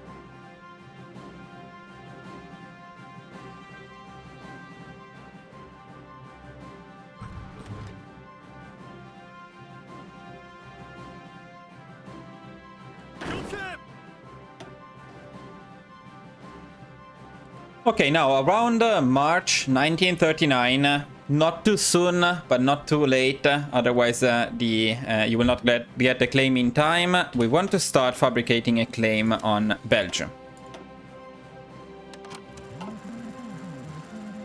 This may also be a good chance to check your armies and make sure they're all in the right place, they all have the right templates and so on. So let's do this together very quickly. We're going to select the first army. The first army has two offensive armies. They're both in Belgium. One of them, well, both in the Netherlands. One of them ready to attack Belgium. And the Marines. They are in the Netherlands, but currently they are not doing anything but training. Let's make sure that they have the motorization priority to maximum. They aggressively execute battle plans. The defensive armies, this is an army of 3, or better, a marshal with 3 armies of 24 divisions. All defensive, all in the Netherlands. They should be training as well. They should have the motorization priority as well. And finally, these ones are completely not important. They're all protecting Japan, and I'm not going to talk about them now. Let's make sure that our fleet is in the Netherlands as well. If you haven't yet, I suggest you train it in the channel until they're all in at regular level of training. And then we're also going to assign all of our planes here. And we're going to do the same. We're going to train all of our planes as well. And then everything should be ready. Actually, I'm going to use one of the defensive armies. I'm going to assign them to Belgium. Other than that, everything seems ready. Let's quickly check the templates as well. So this is one last recap for my templates. We're going to use these as our offensive template. And we're going to use this one as our defensive template. I believe at this point we have enough artillery to add an artillery support battalion to them as well. I think it's worth doing it. I didn't change anything about the other templates except for the Marines, which should have the Pioneers and should have the support artillery. I don't think there is any need to add anything else to these divisions. Nothing else left to do but to wait until World War II starts, and then I will show you what we do in World War II. So let's continue.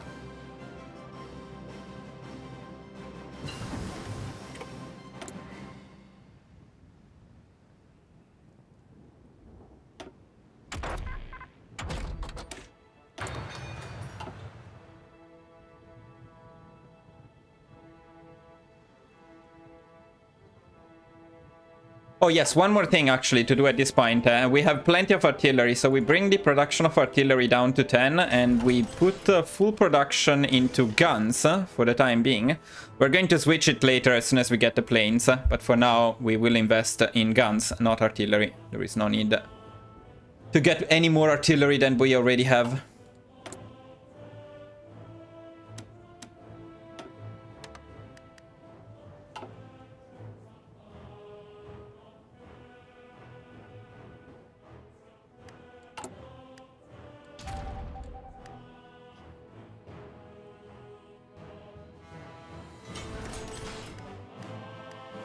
Also, if you were late like me, this may be a good time to switch from Intel network to quiet Intel network in Germany, so that as soon as the first collaboration government is done, we can start another one.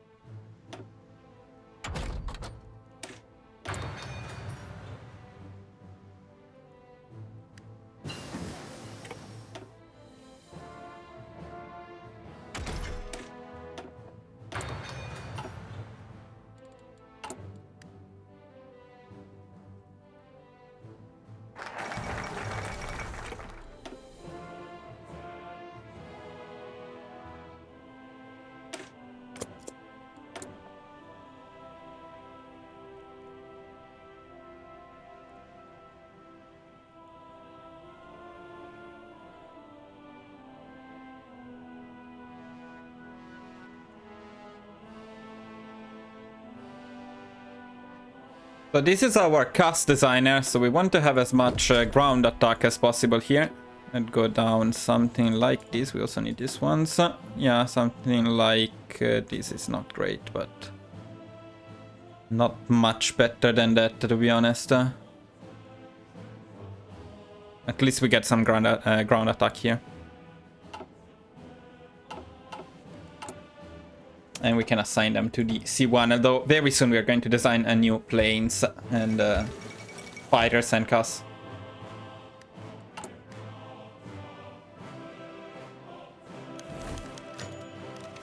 That's annoying, but that's okay.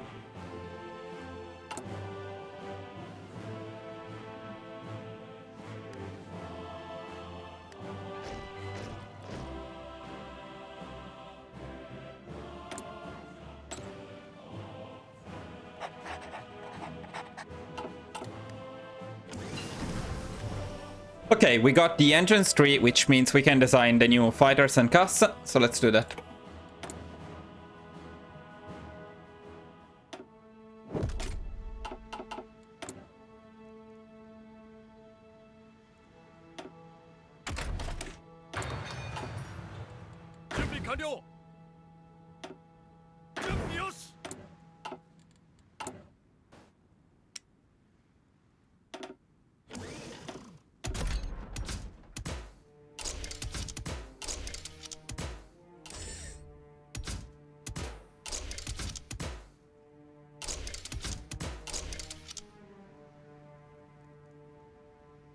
Okay, so for our F2 design, we're going for this one. I tested it in multiple runs, and this design works amazingly. It's very good. We can also call it the Spitfire, as somebody suggested in the comments, because with two cannons, it really looks like the Spitfire. This is a very good design.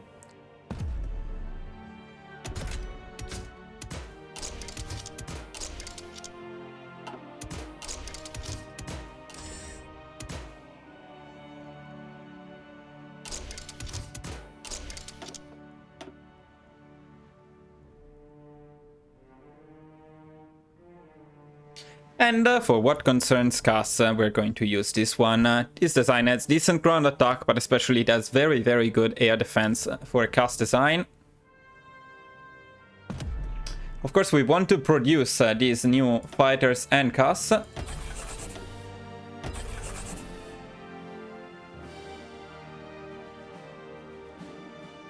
Now we're going to bring the production of guns down to 15, the production of support equipment down to 5.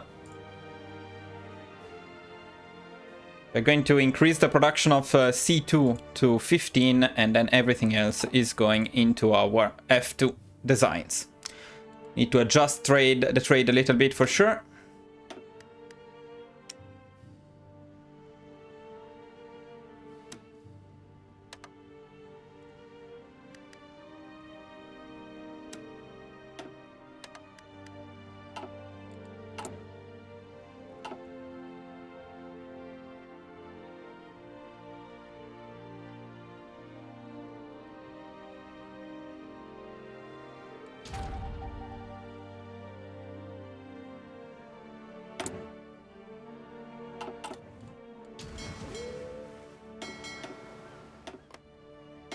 At this point, we can also probably stop training the Navy.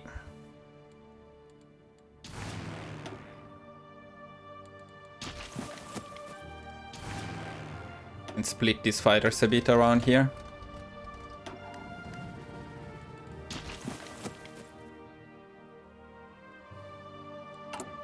And with future military factories, I suggest you upgrade the hubs in the Netherlands if you can.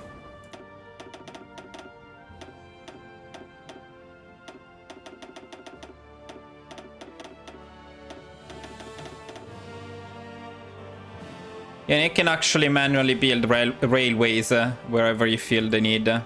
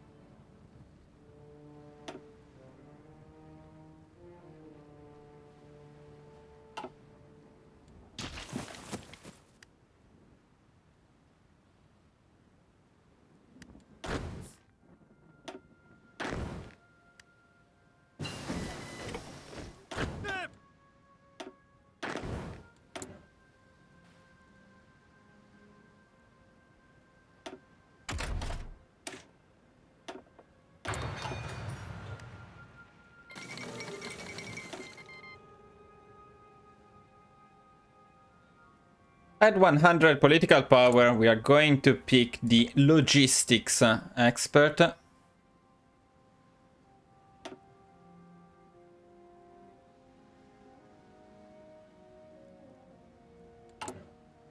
We can also add military factories to all of our 100% provinces, which will be most of Japan.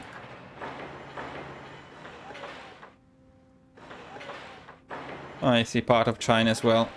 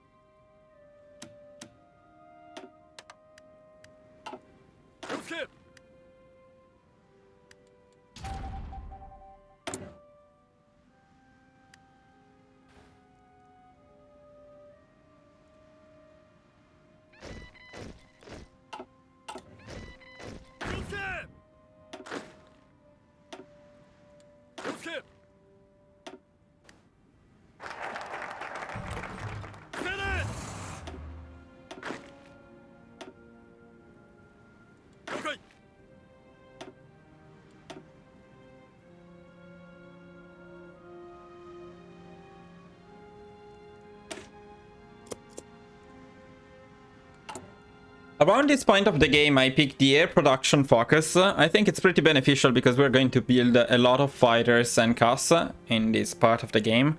And this is an eternal focus. It's a continuous focus. Now, at some point, you want to stop researching air production or focusing on air production. And you want to go down to jet prototypes to unlock the jet technology.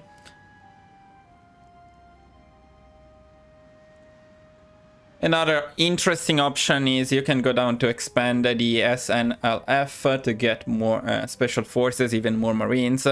So these are some of the options for later on. You can find them in the description of the video. But for the rest of the guide, I think I'm going to stick to air production.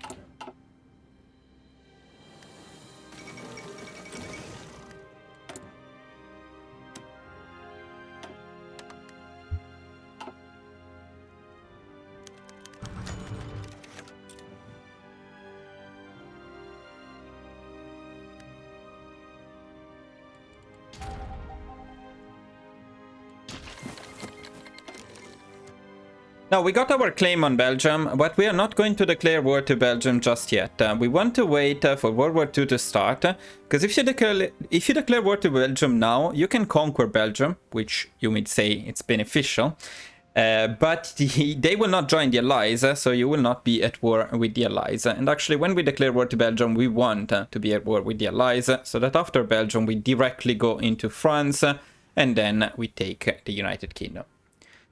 An alternative would be declaring war to Belgium and justifying on France, but in that case you will be a bit late on your justification, so in my opinion this is the best strategy. We're just going to wait for Germany to start the war.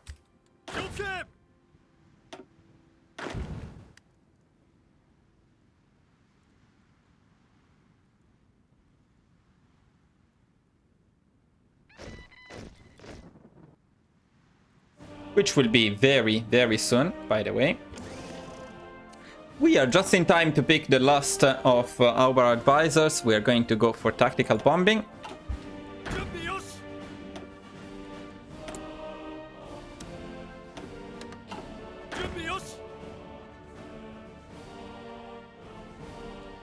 This is also a good time to make sure that we deployed all of our planes. Make sure that they are all assigned to a mission. You can train all of them if you want, and then I would also assign all of them to our primary army, the one that is going to push into Belgium.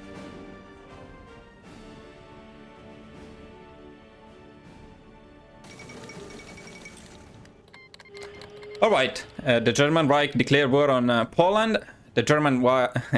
The German Reich declared war on Poland, which means World War II is now officially on. And it's going to be on for us too, from the very beginning. I would suggest making a save, as usual, when a big event is happening. But World War II for us should be fairly smooth. What we're going to do is, we're going to declare war to Belgium. And we're going to start our offensive right away. Of course, we need to call the Netherlands into the war. I have to tell you now that no such undertaking is Okay, Belgium joined the Allies. That's what we wanted.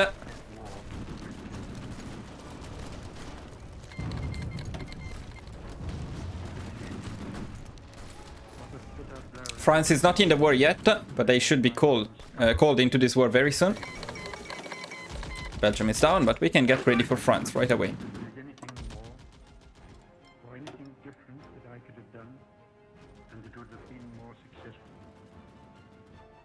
Now, at this point, we're also going to start fabricating a claim on Spain.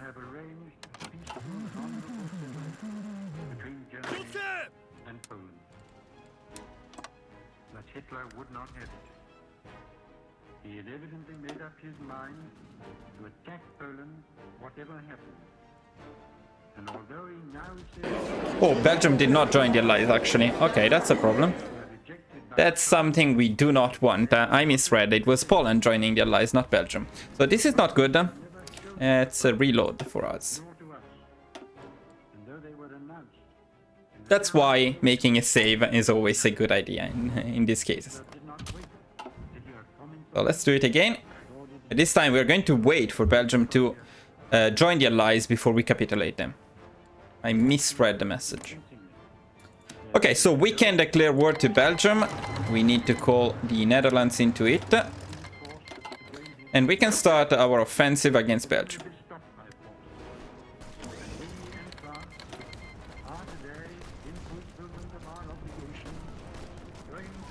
Now, we need to stop the offensive. We need to make sure, before we take Belgium, that they join the Allies.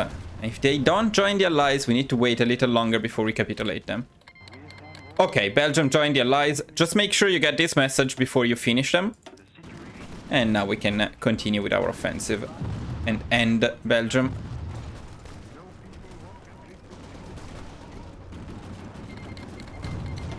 Okay, France was called into the war. Everything is fine. Belgium is down. It's time for France, and it's also time to justify on Spain.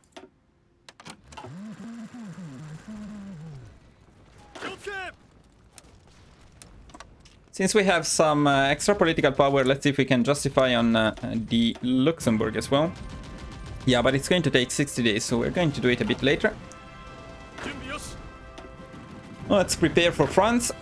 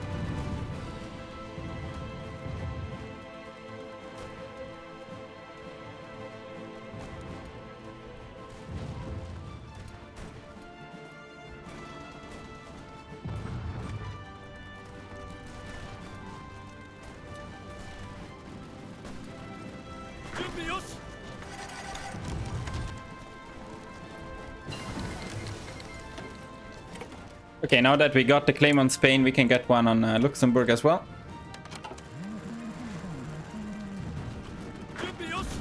Take Paris. Okay, France should go down as usual. That's it. France is done.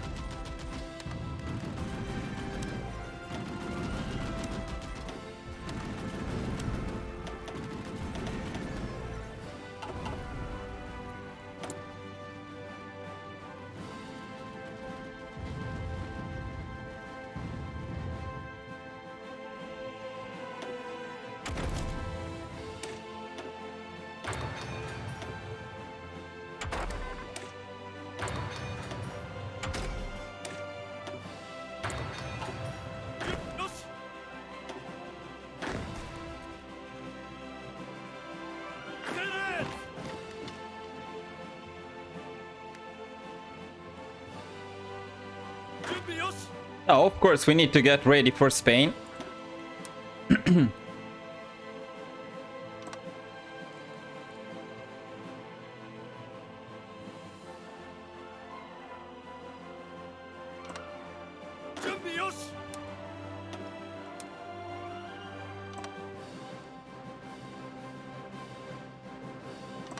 I'm going to use both of the offensive armies for Spain, and we're also going to justify on Portugal as soon as Luxembourg is done. For the Luxembourg, we can maybe use Marines. We need at least one defensive army to take care of potential naval invasions and get rid of the last pieces of France remaining in France.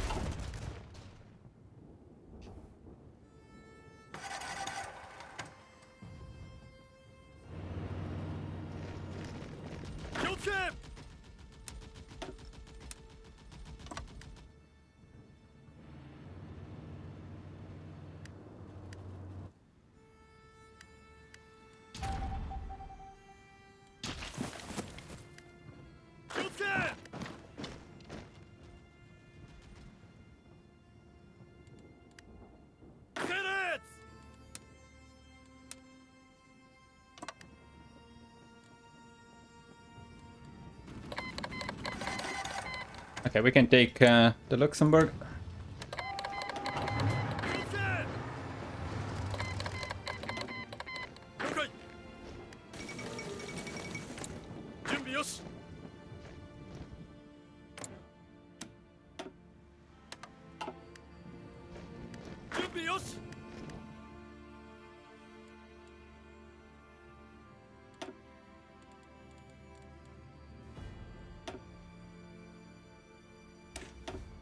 And we can start justifying on Portugal.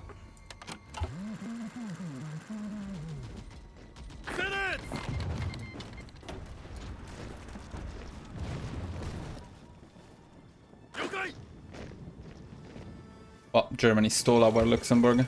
That's not a big problem.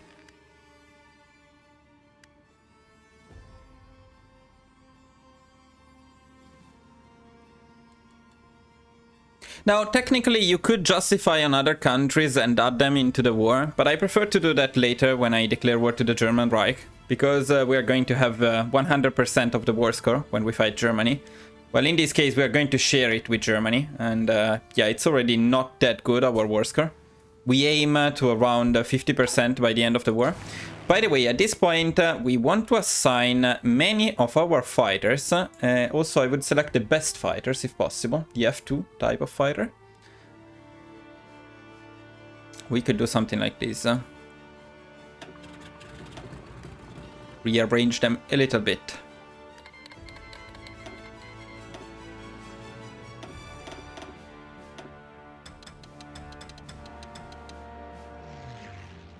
I want about 1,000 fighters to be in the English Channel and in southern England to destroy enemy planes. We want to destroy as many enemy planes as possible to increase our war score. The cast can all be with our main army, but fighters, especially the F2, we want them with offensive tasks. That's it.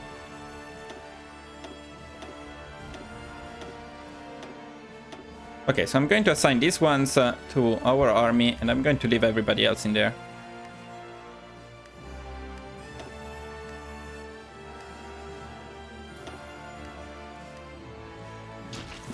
Also, let's start the war against Spain.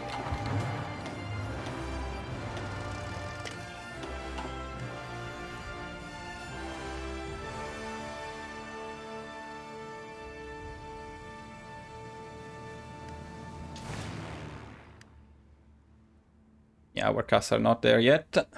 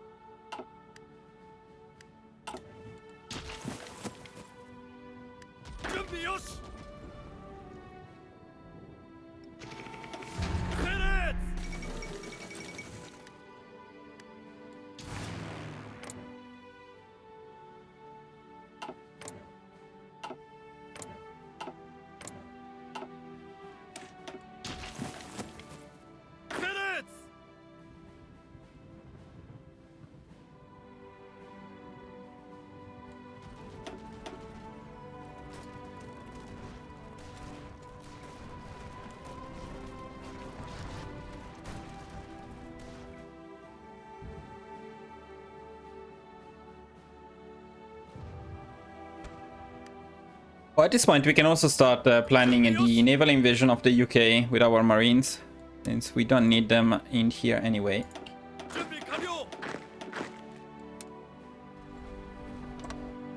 I would go from Dunkirk, 5 to Dover.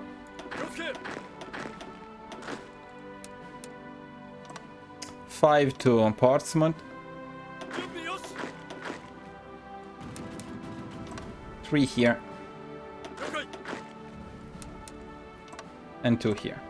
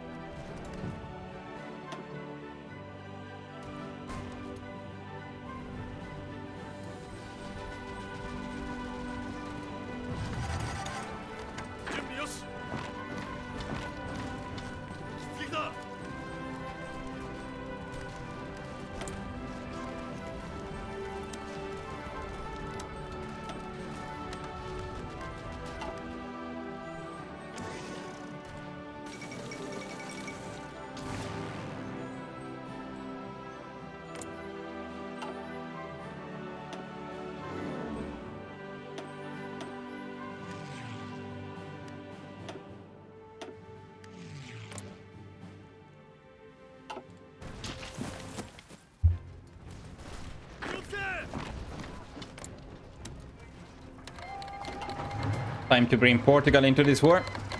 Now, something that is quite important, not mandatory, but it's better in my opinion to capitulate Portugal before you capitulate Spain.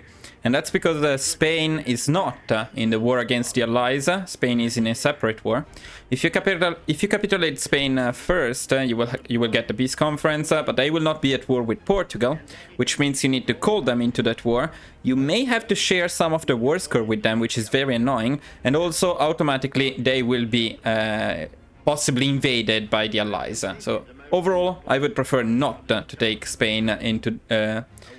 overall, I would prefer not to capitulate Spain before capitulating Portugal. It's very easy to take Portugal first. You just go from the north, So I don't see any reason not to do that. Now, Churchill, I prefer something more fun.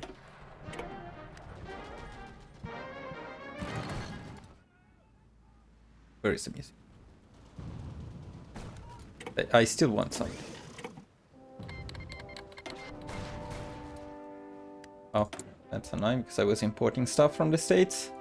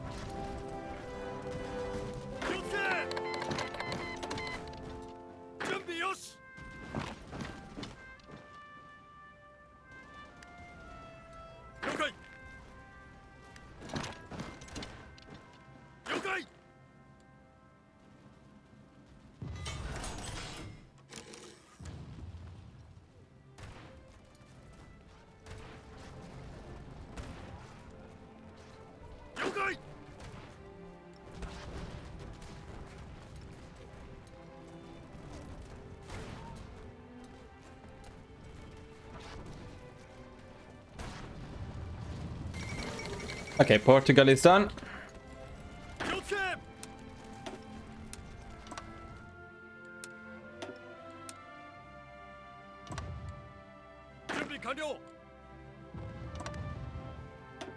Now we can finish Spain as well.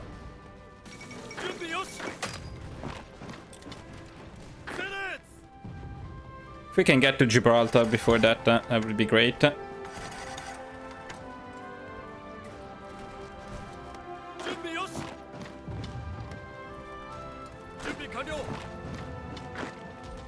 Okay, very nice.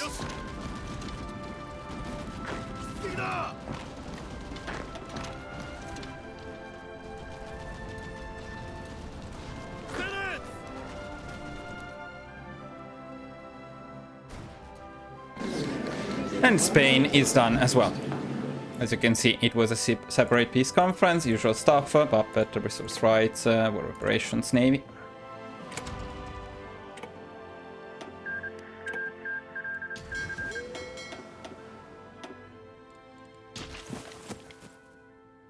Okay, one last thing to do, which is to take the UK. Let's see if our naval invasion is ready. Our naval invasion is indeed ready. That's very good.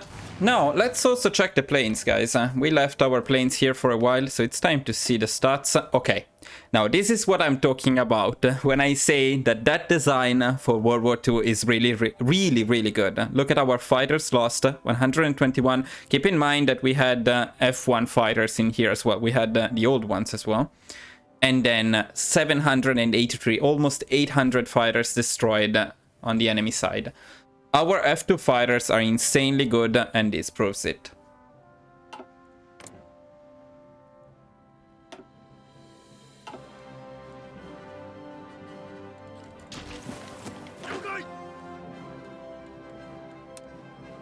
Okay, let's also check the war score. It's a bit lower than expected, but my hope is that by invading the UK, we'll get a little bit more. As I said, we aim to around 50%.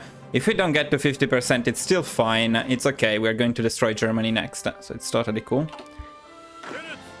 Okay, let's get our main army close enough to Dunkirk so that they can go after the naval invasion.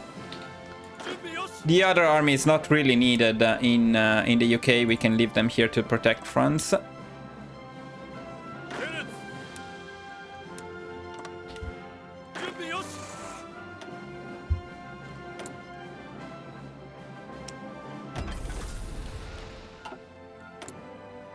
As for importing resources at this point, there isn't much that you can do about it, in the sense that the allies are destroying our trade. That's okay, that's fine.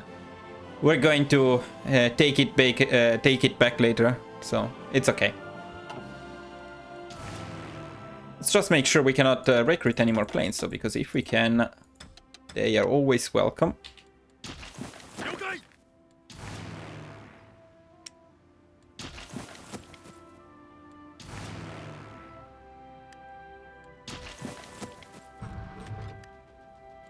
And I believe we can start our naval invasion. Very easy to get the naval superiority with Japan, because we actually have a very good fleet. So usually no problems there. Let's start our naval invasion right now.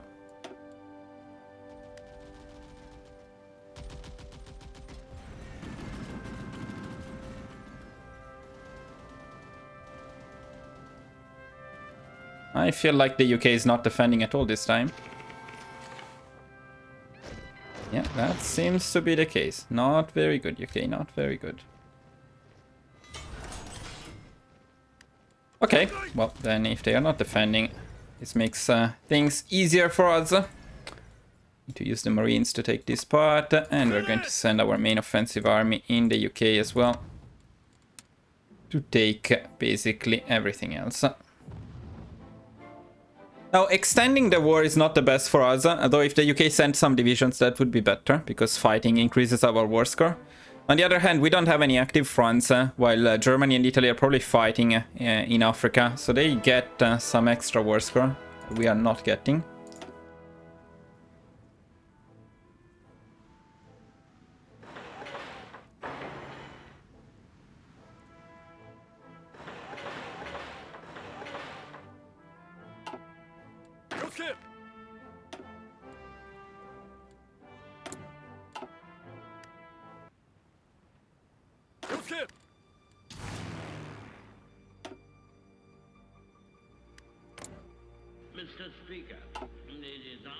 We do get some war score from planes, though. That's the good thing. Have not come to me with any sense of surprise.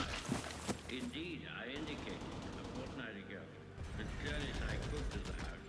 The worst possibilities were open, and I made it perfectly clear that whatever happened in France would make no difference to the resolve of Britain and the British Empire to fight on, if necessary for years, if necessary. Okay.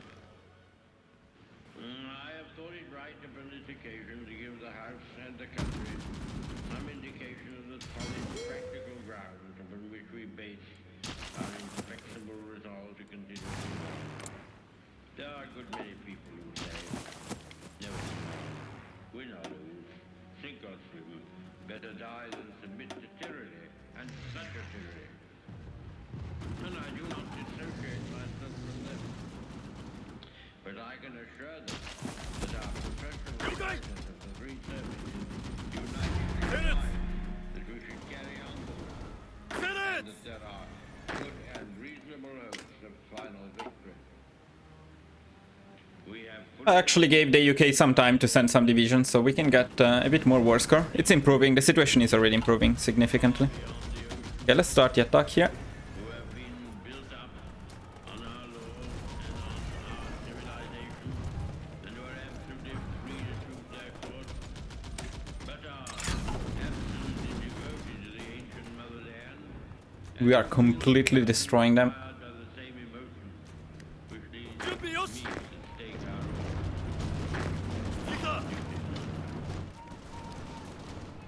we do not know what or whether the French resistance will be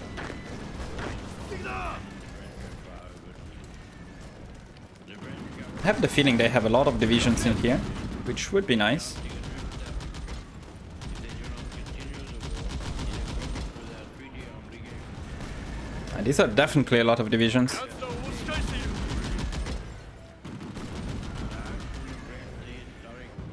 Very nice. I don't want to actually attack with our marines, if possible. Although casualties are another good thing that we could be getting, but look at how close we're getting to 50%. It's very nice. And the sky is green everywhere. Let's look at some of the stats here.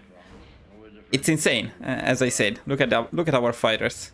Absolutely insane everywhere. The British Empire will never lose Let's get some encirclements here.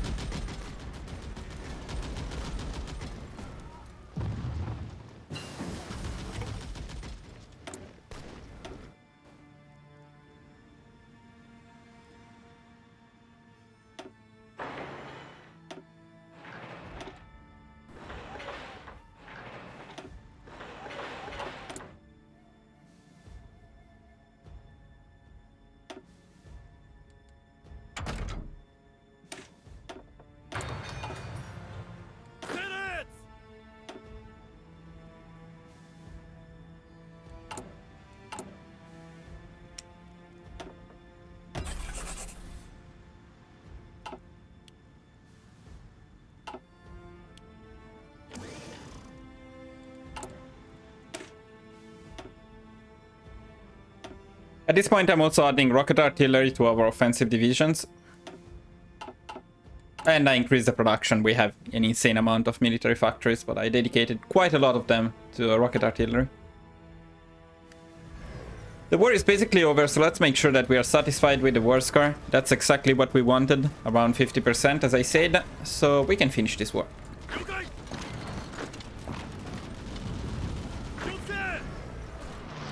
By the way, the stats are of course insane. 12,000 casualties, it's nothing. The amount of enemy planes we destroyed is also insane. That's why I say that I feel like Japan is even more powerful than Germany at this point in World War II.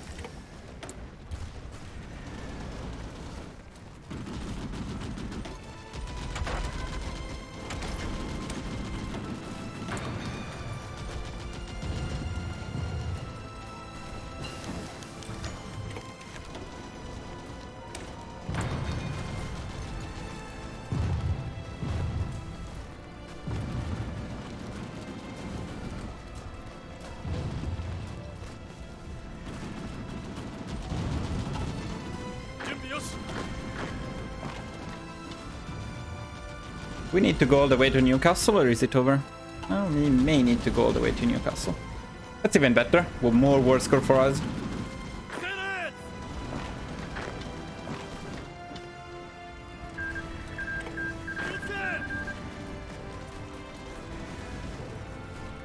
At this point of the game, I usually save, just in case I fuck up something in the peace conference. I don't want to play the whole war again, so I suggest doing so.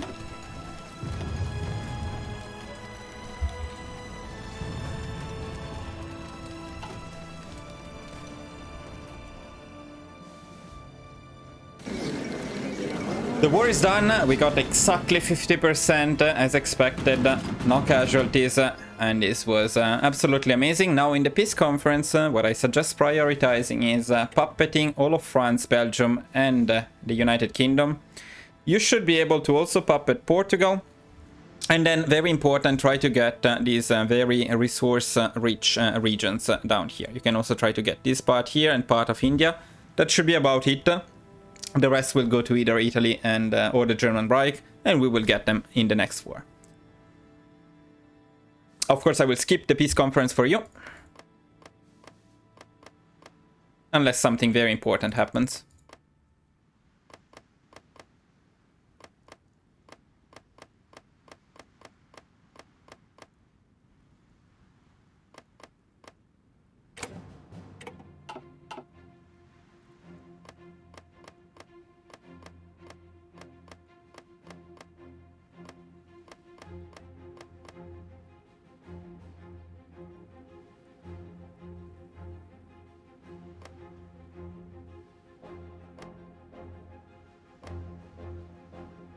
Yeah, I would also suggest taking Suez and Gibraltar. This is quite important.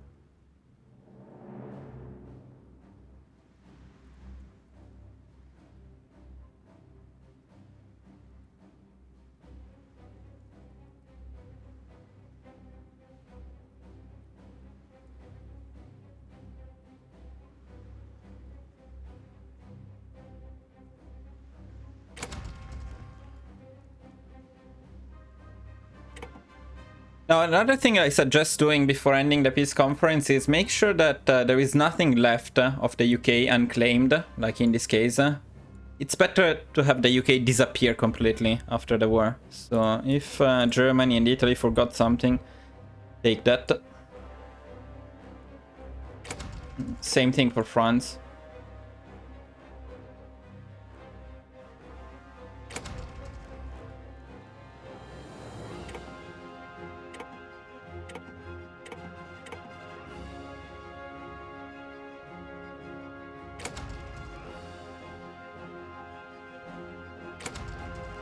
And then I would keep some points to take the navy of the UK, as much of it as possible, at least.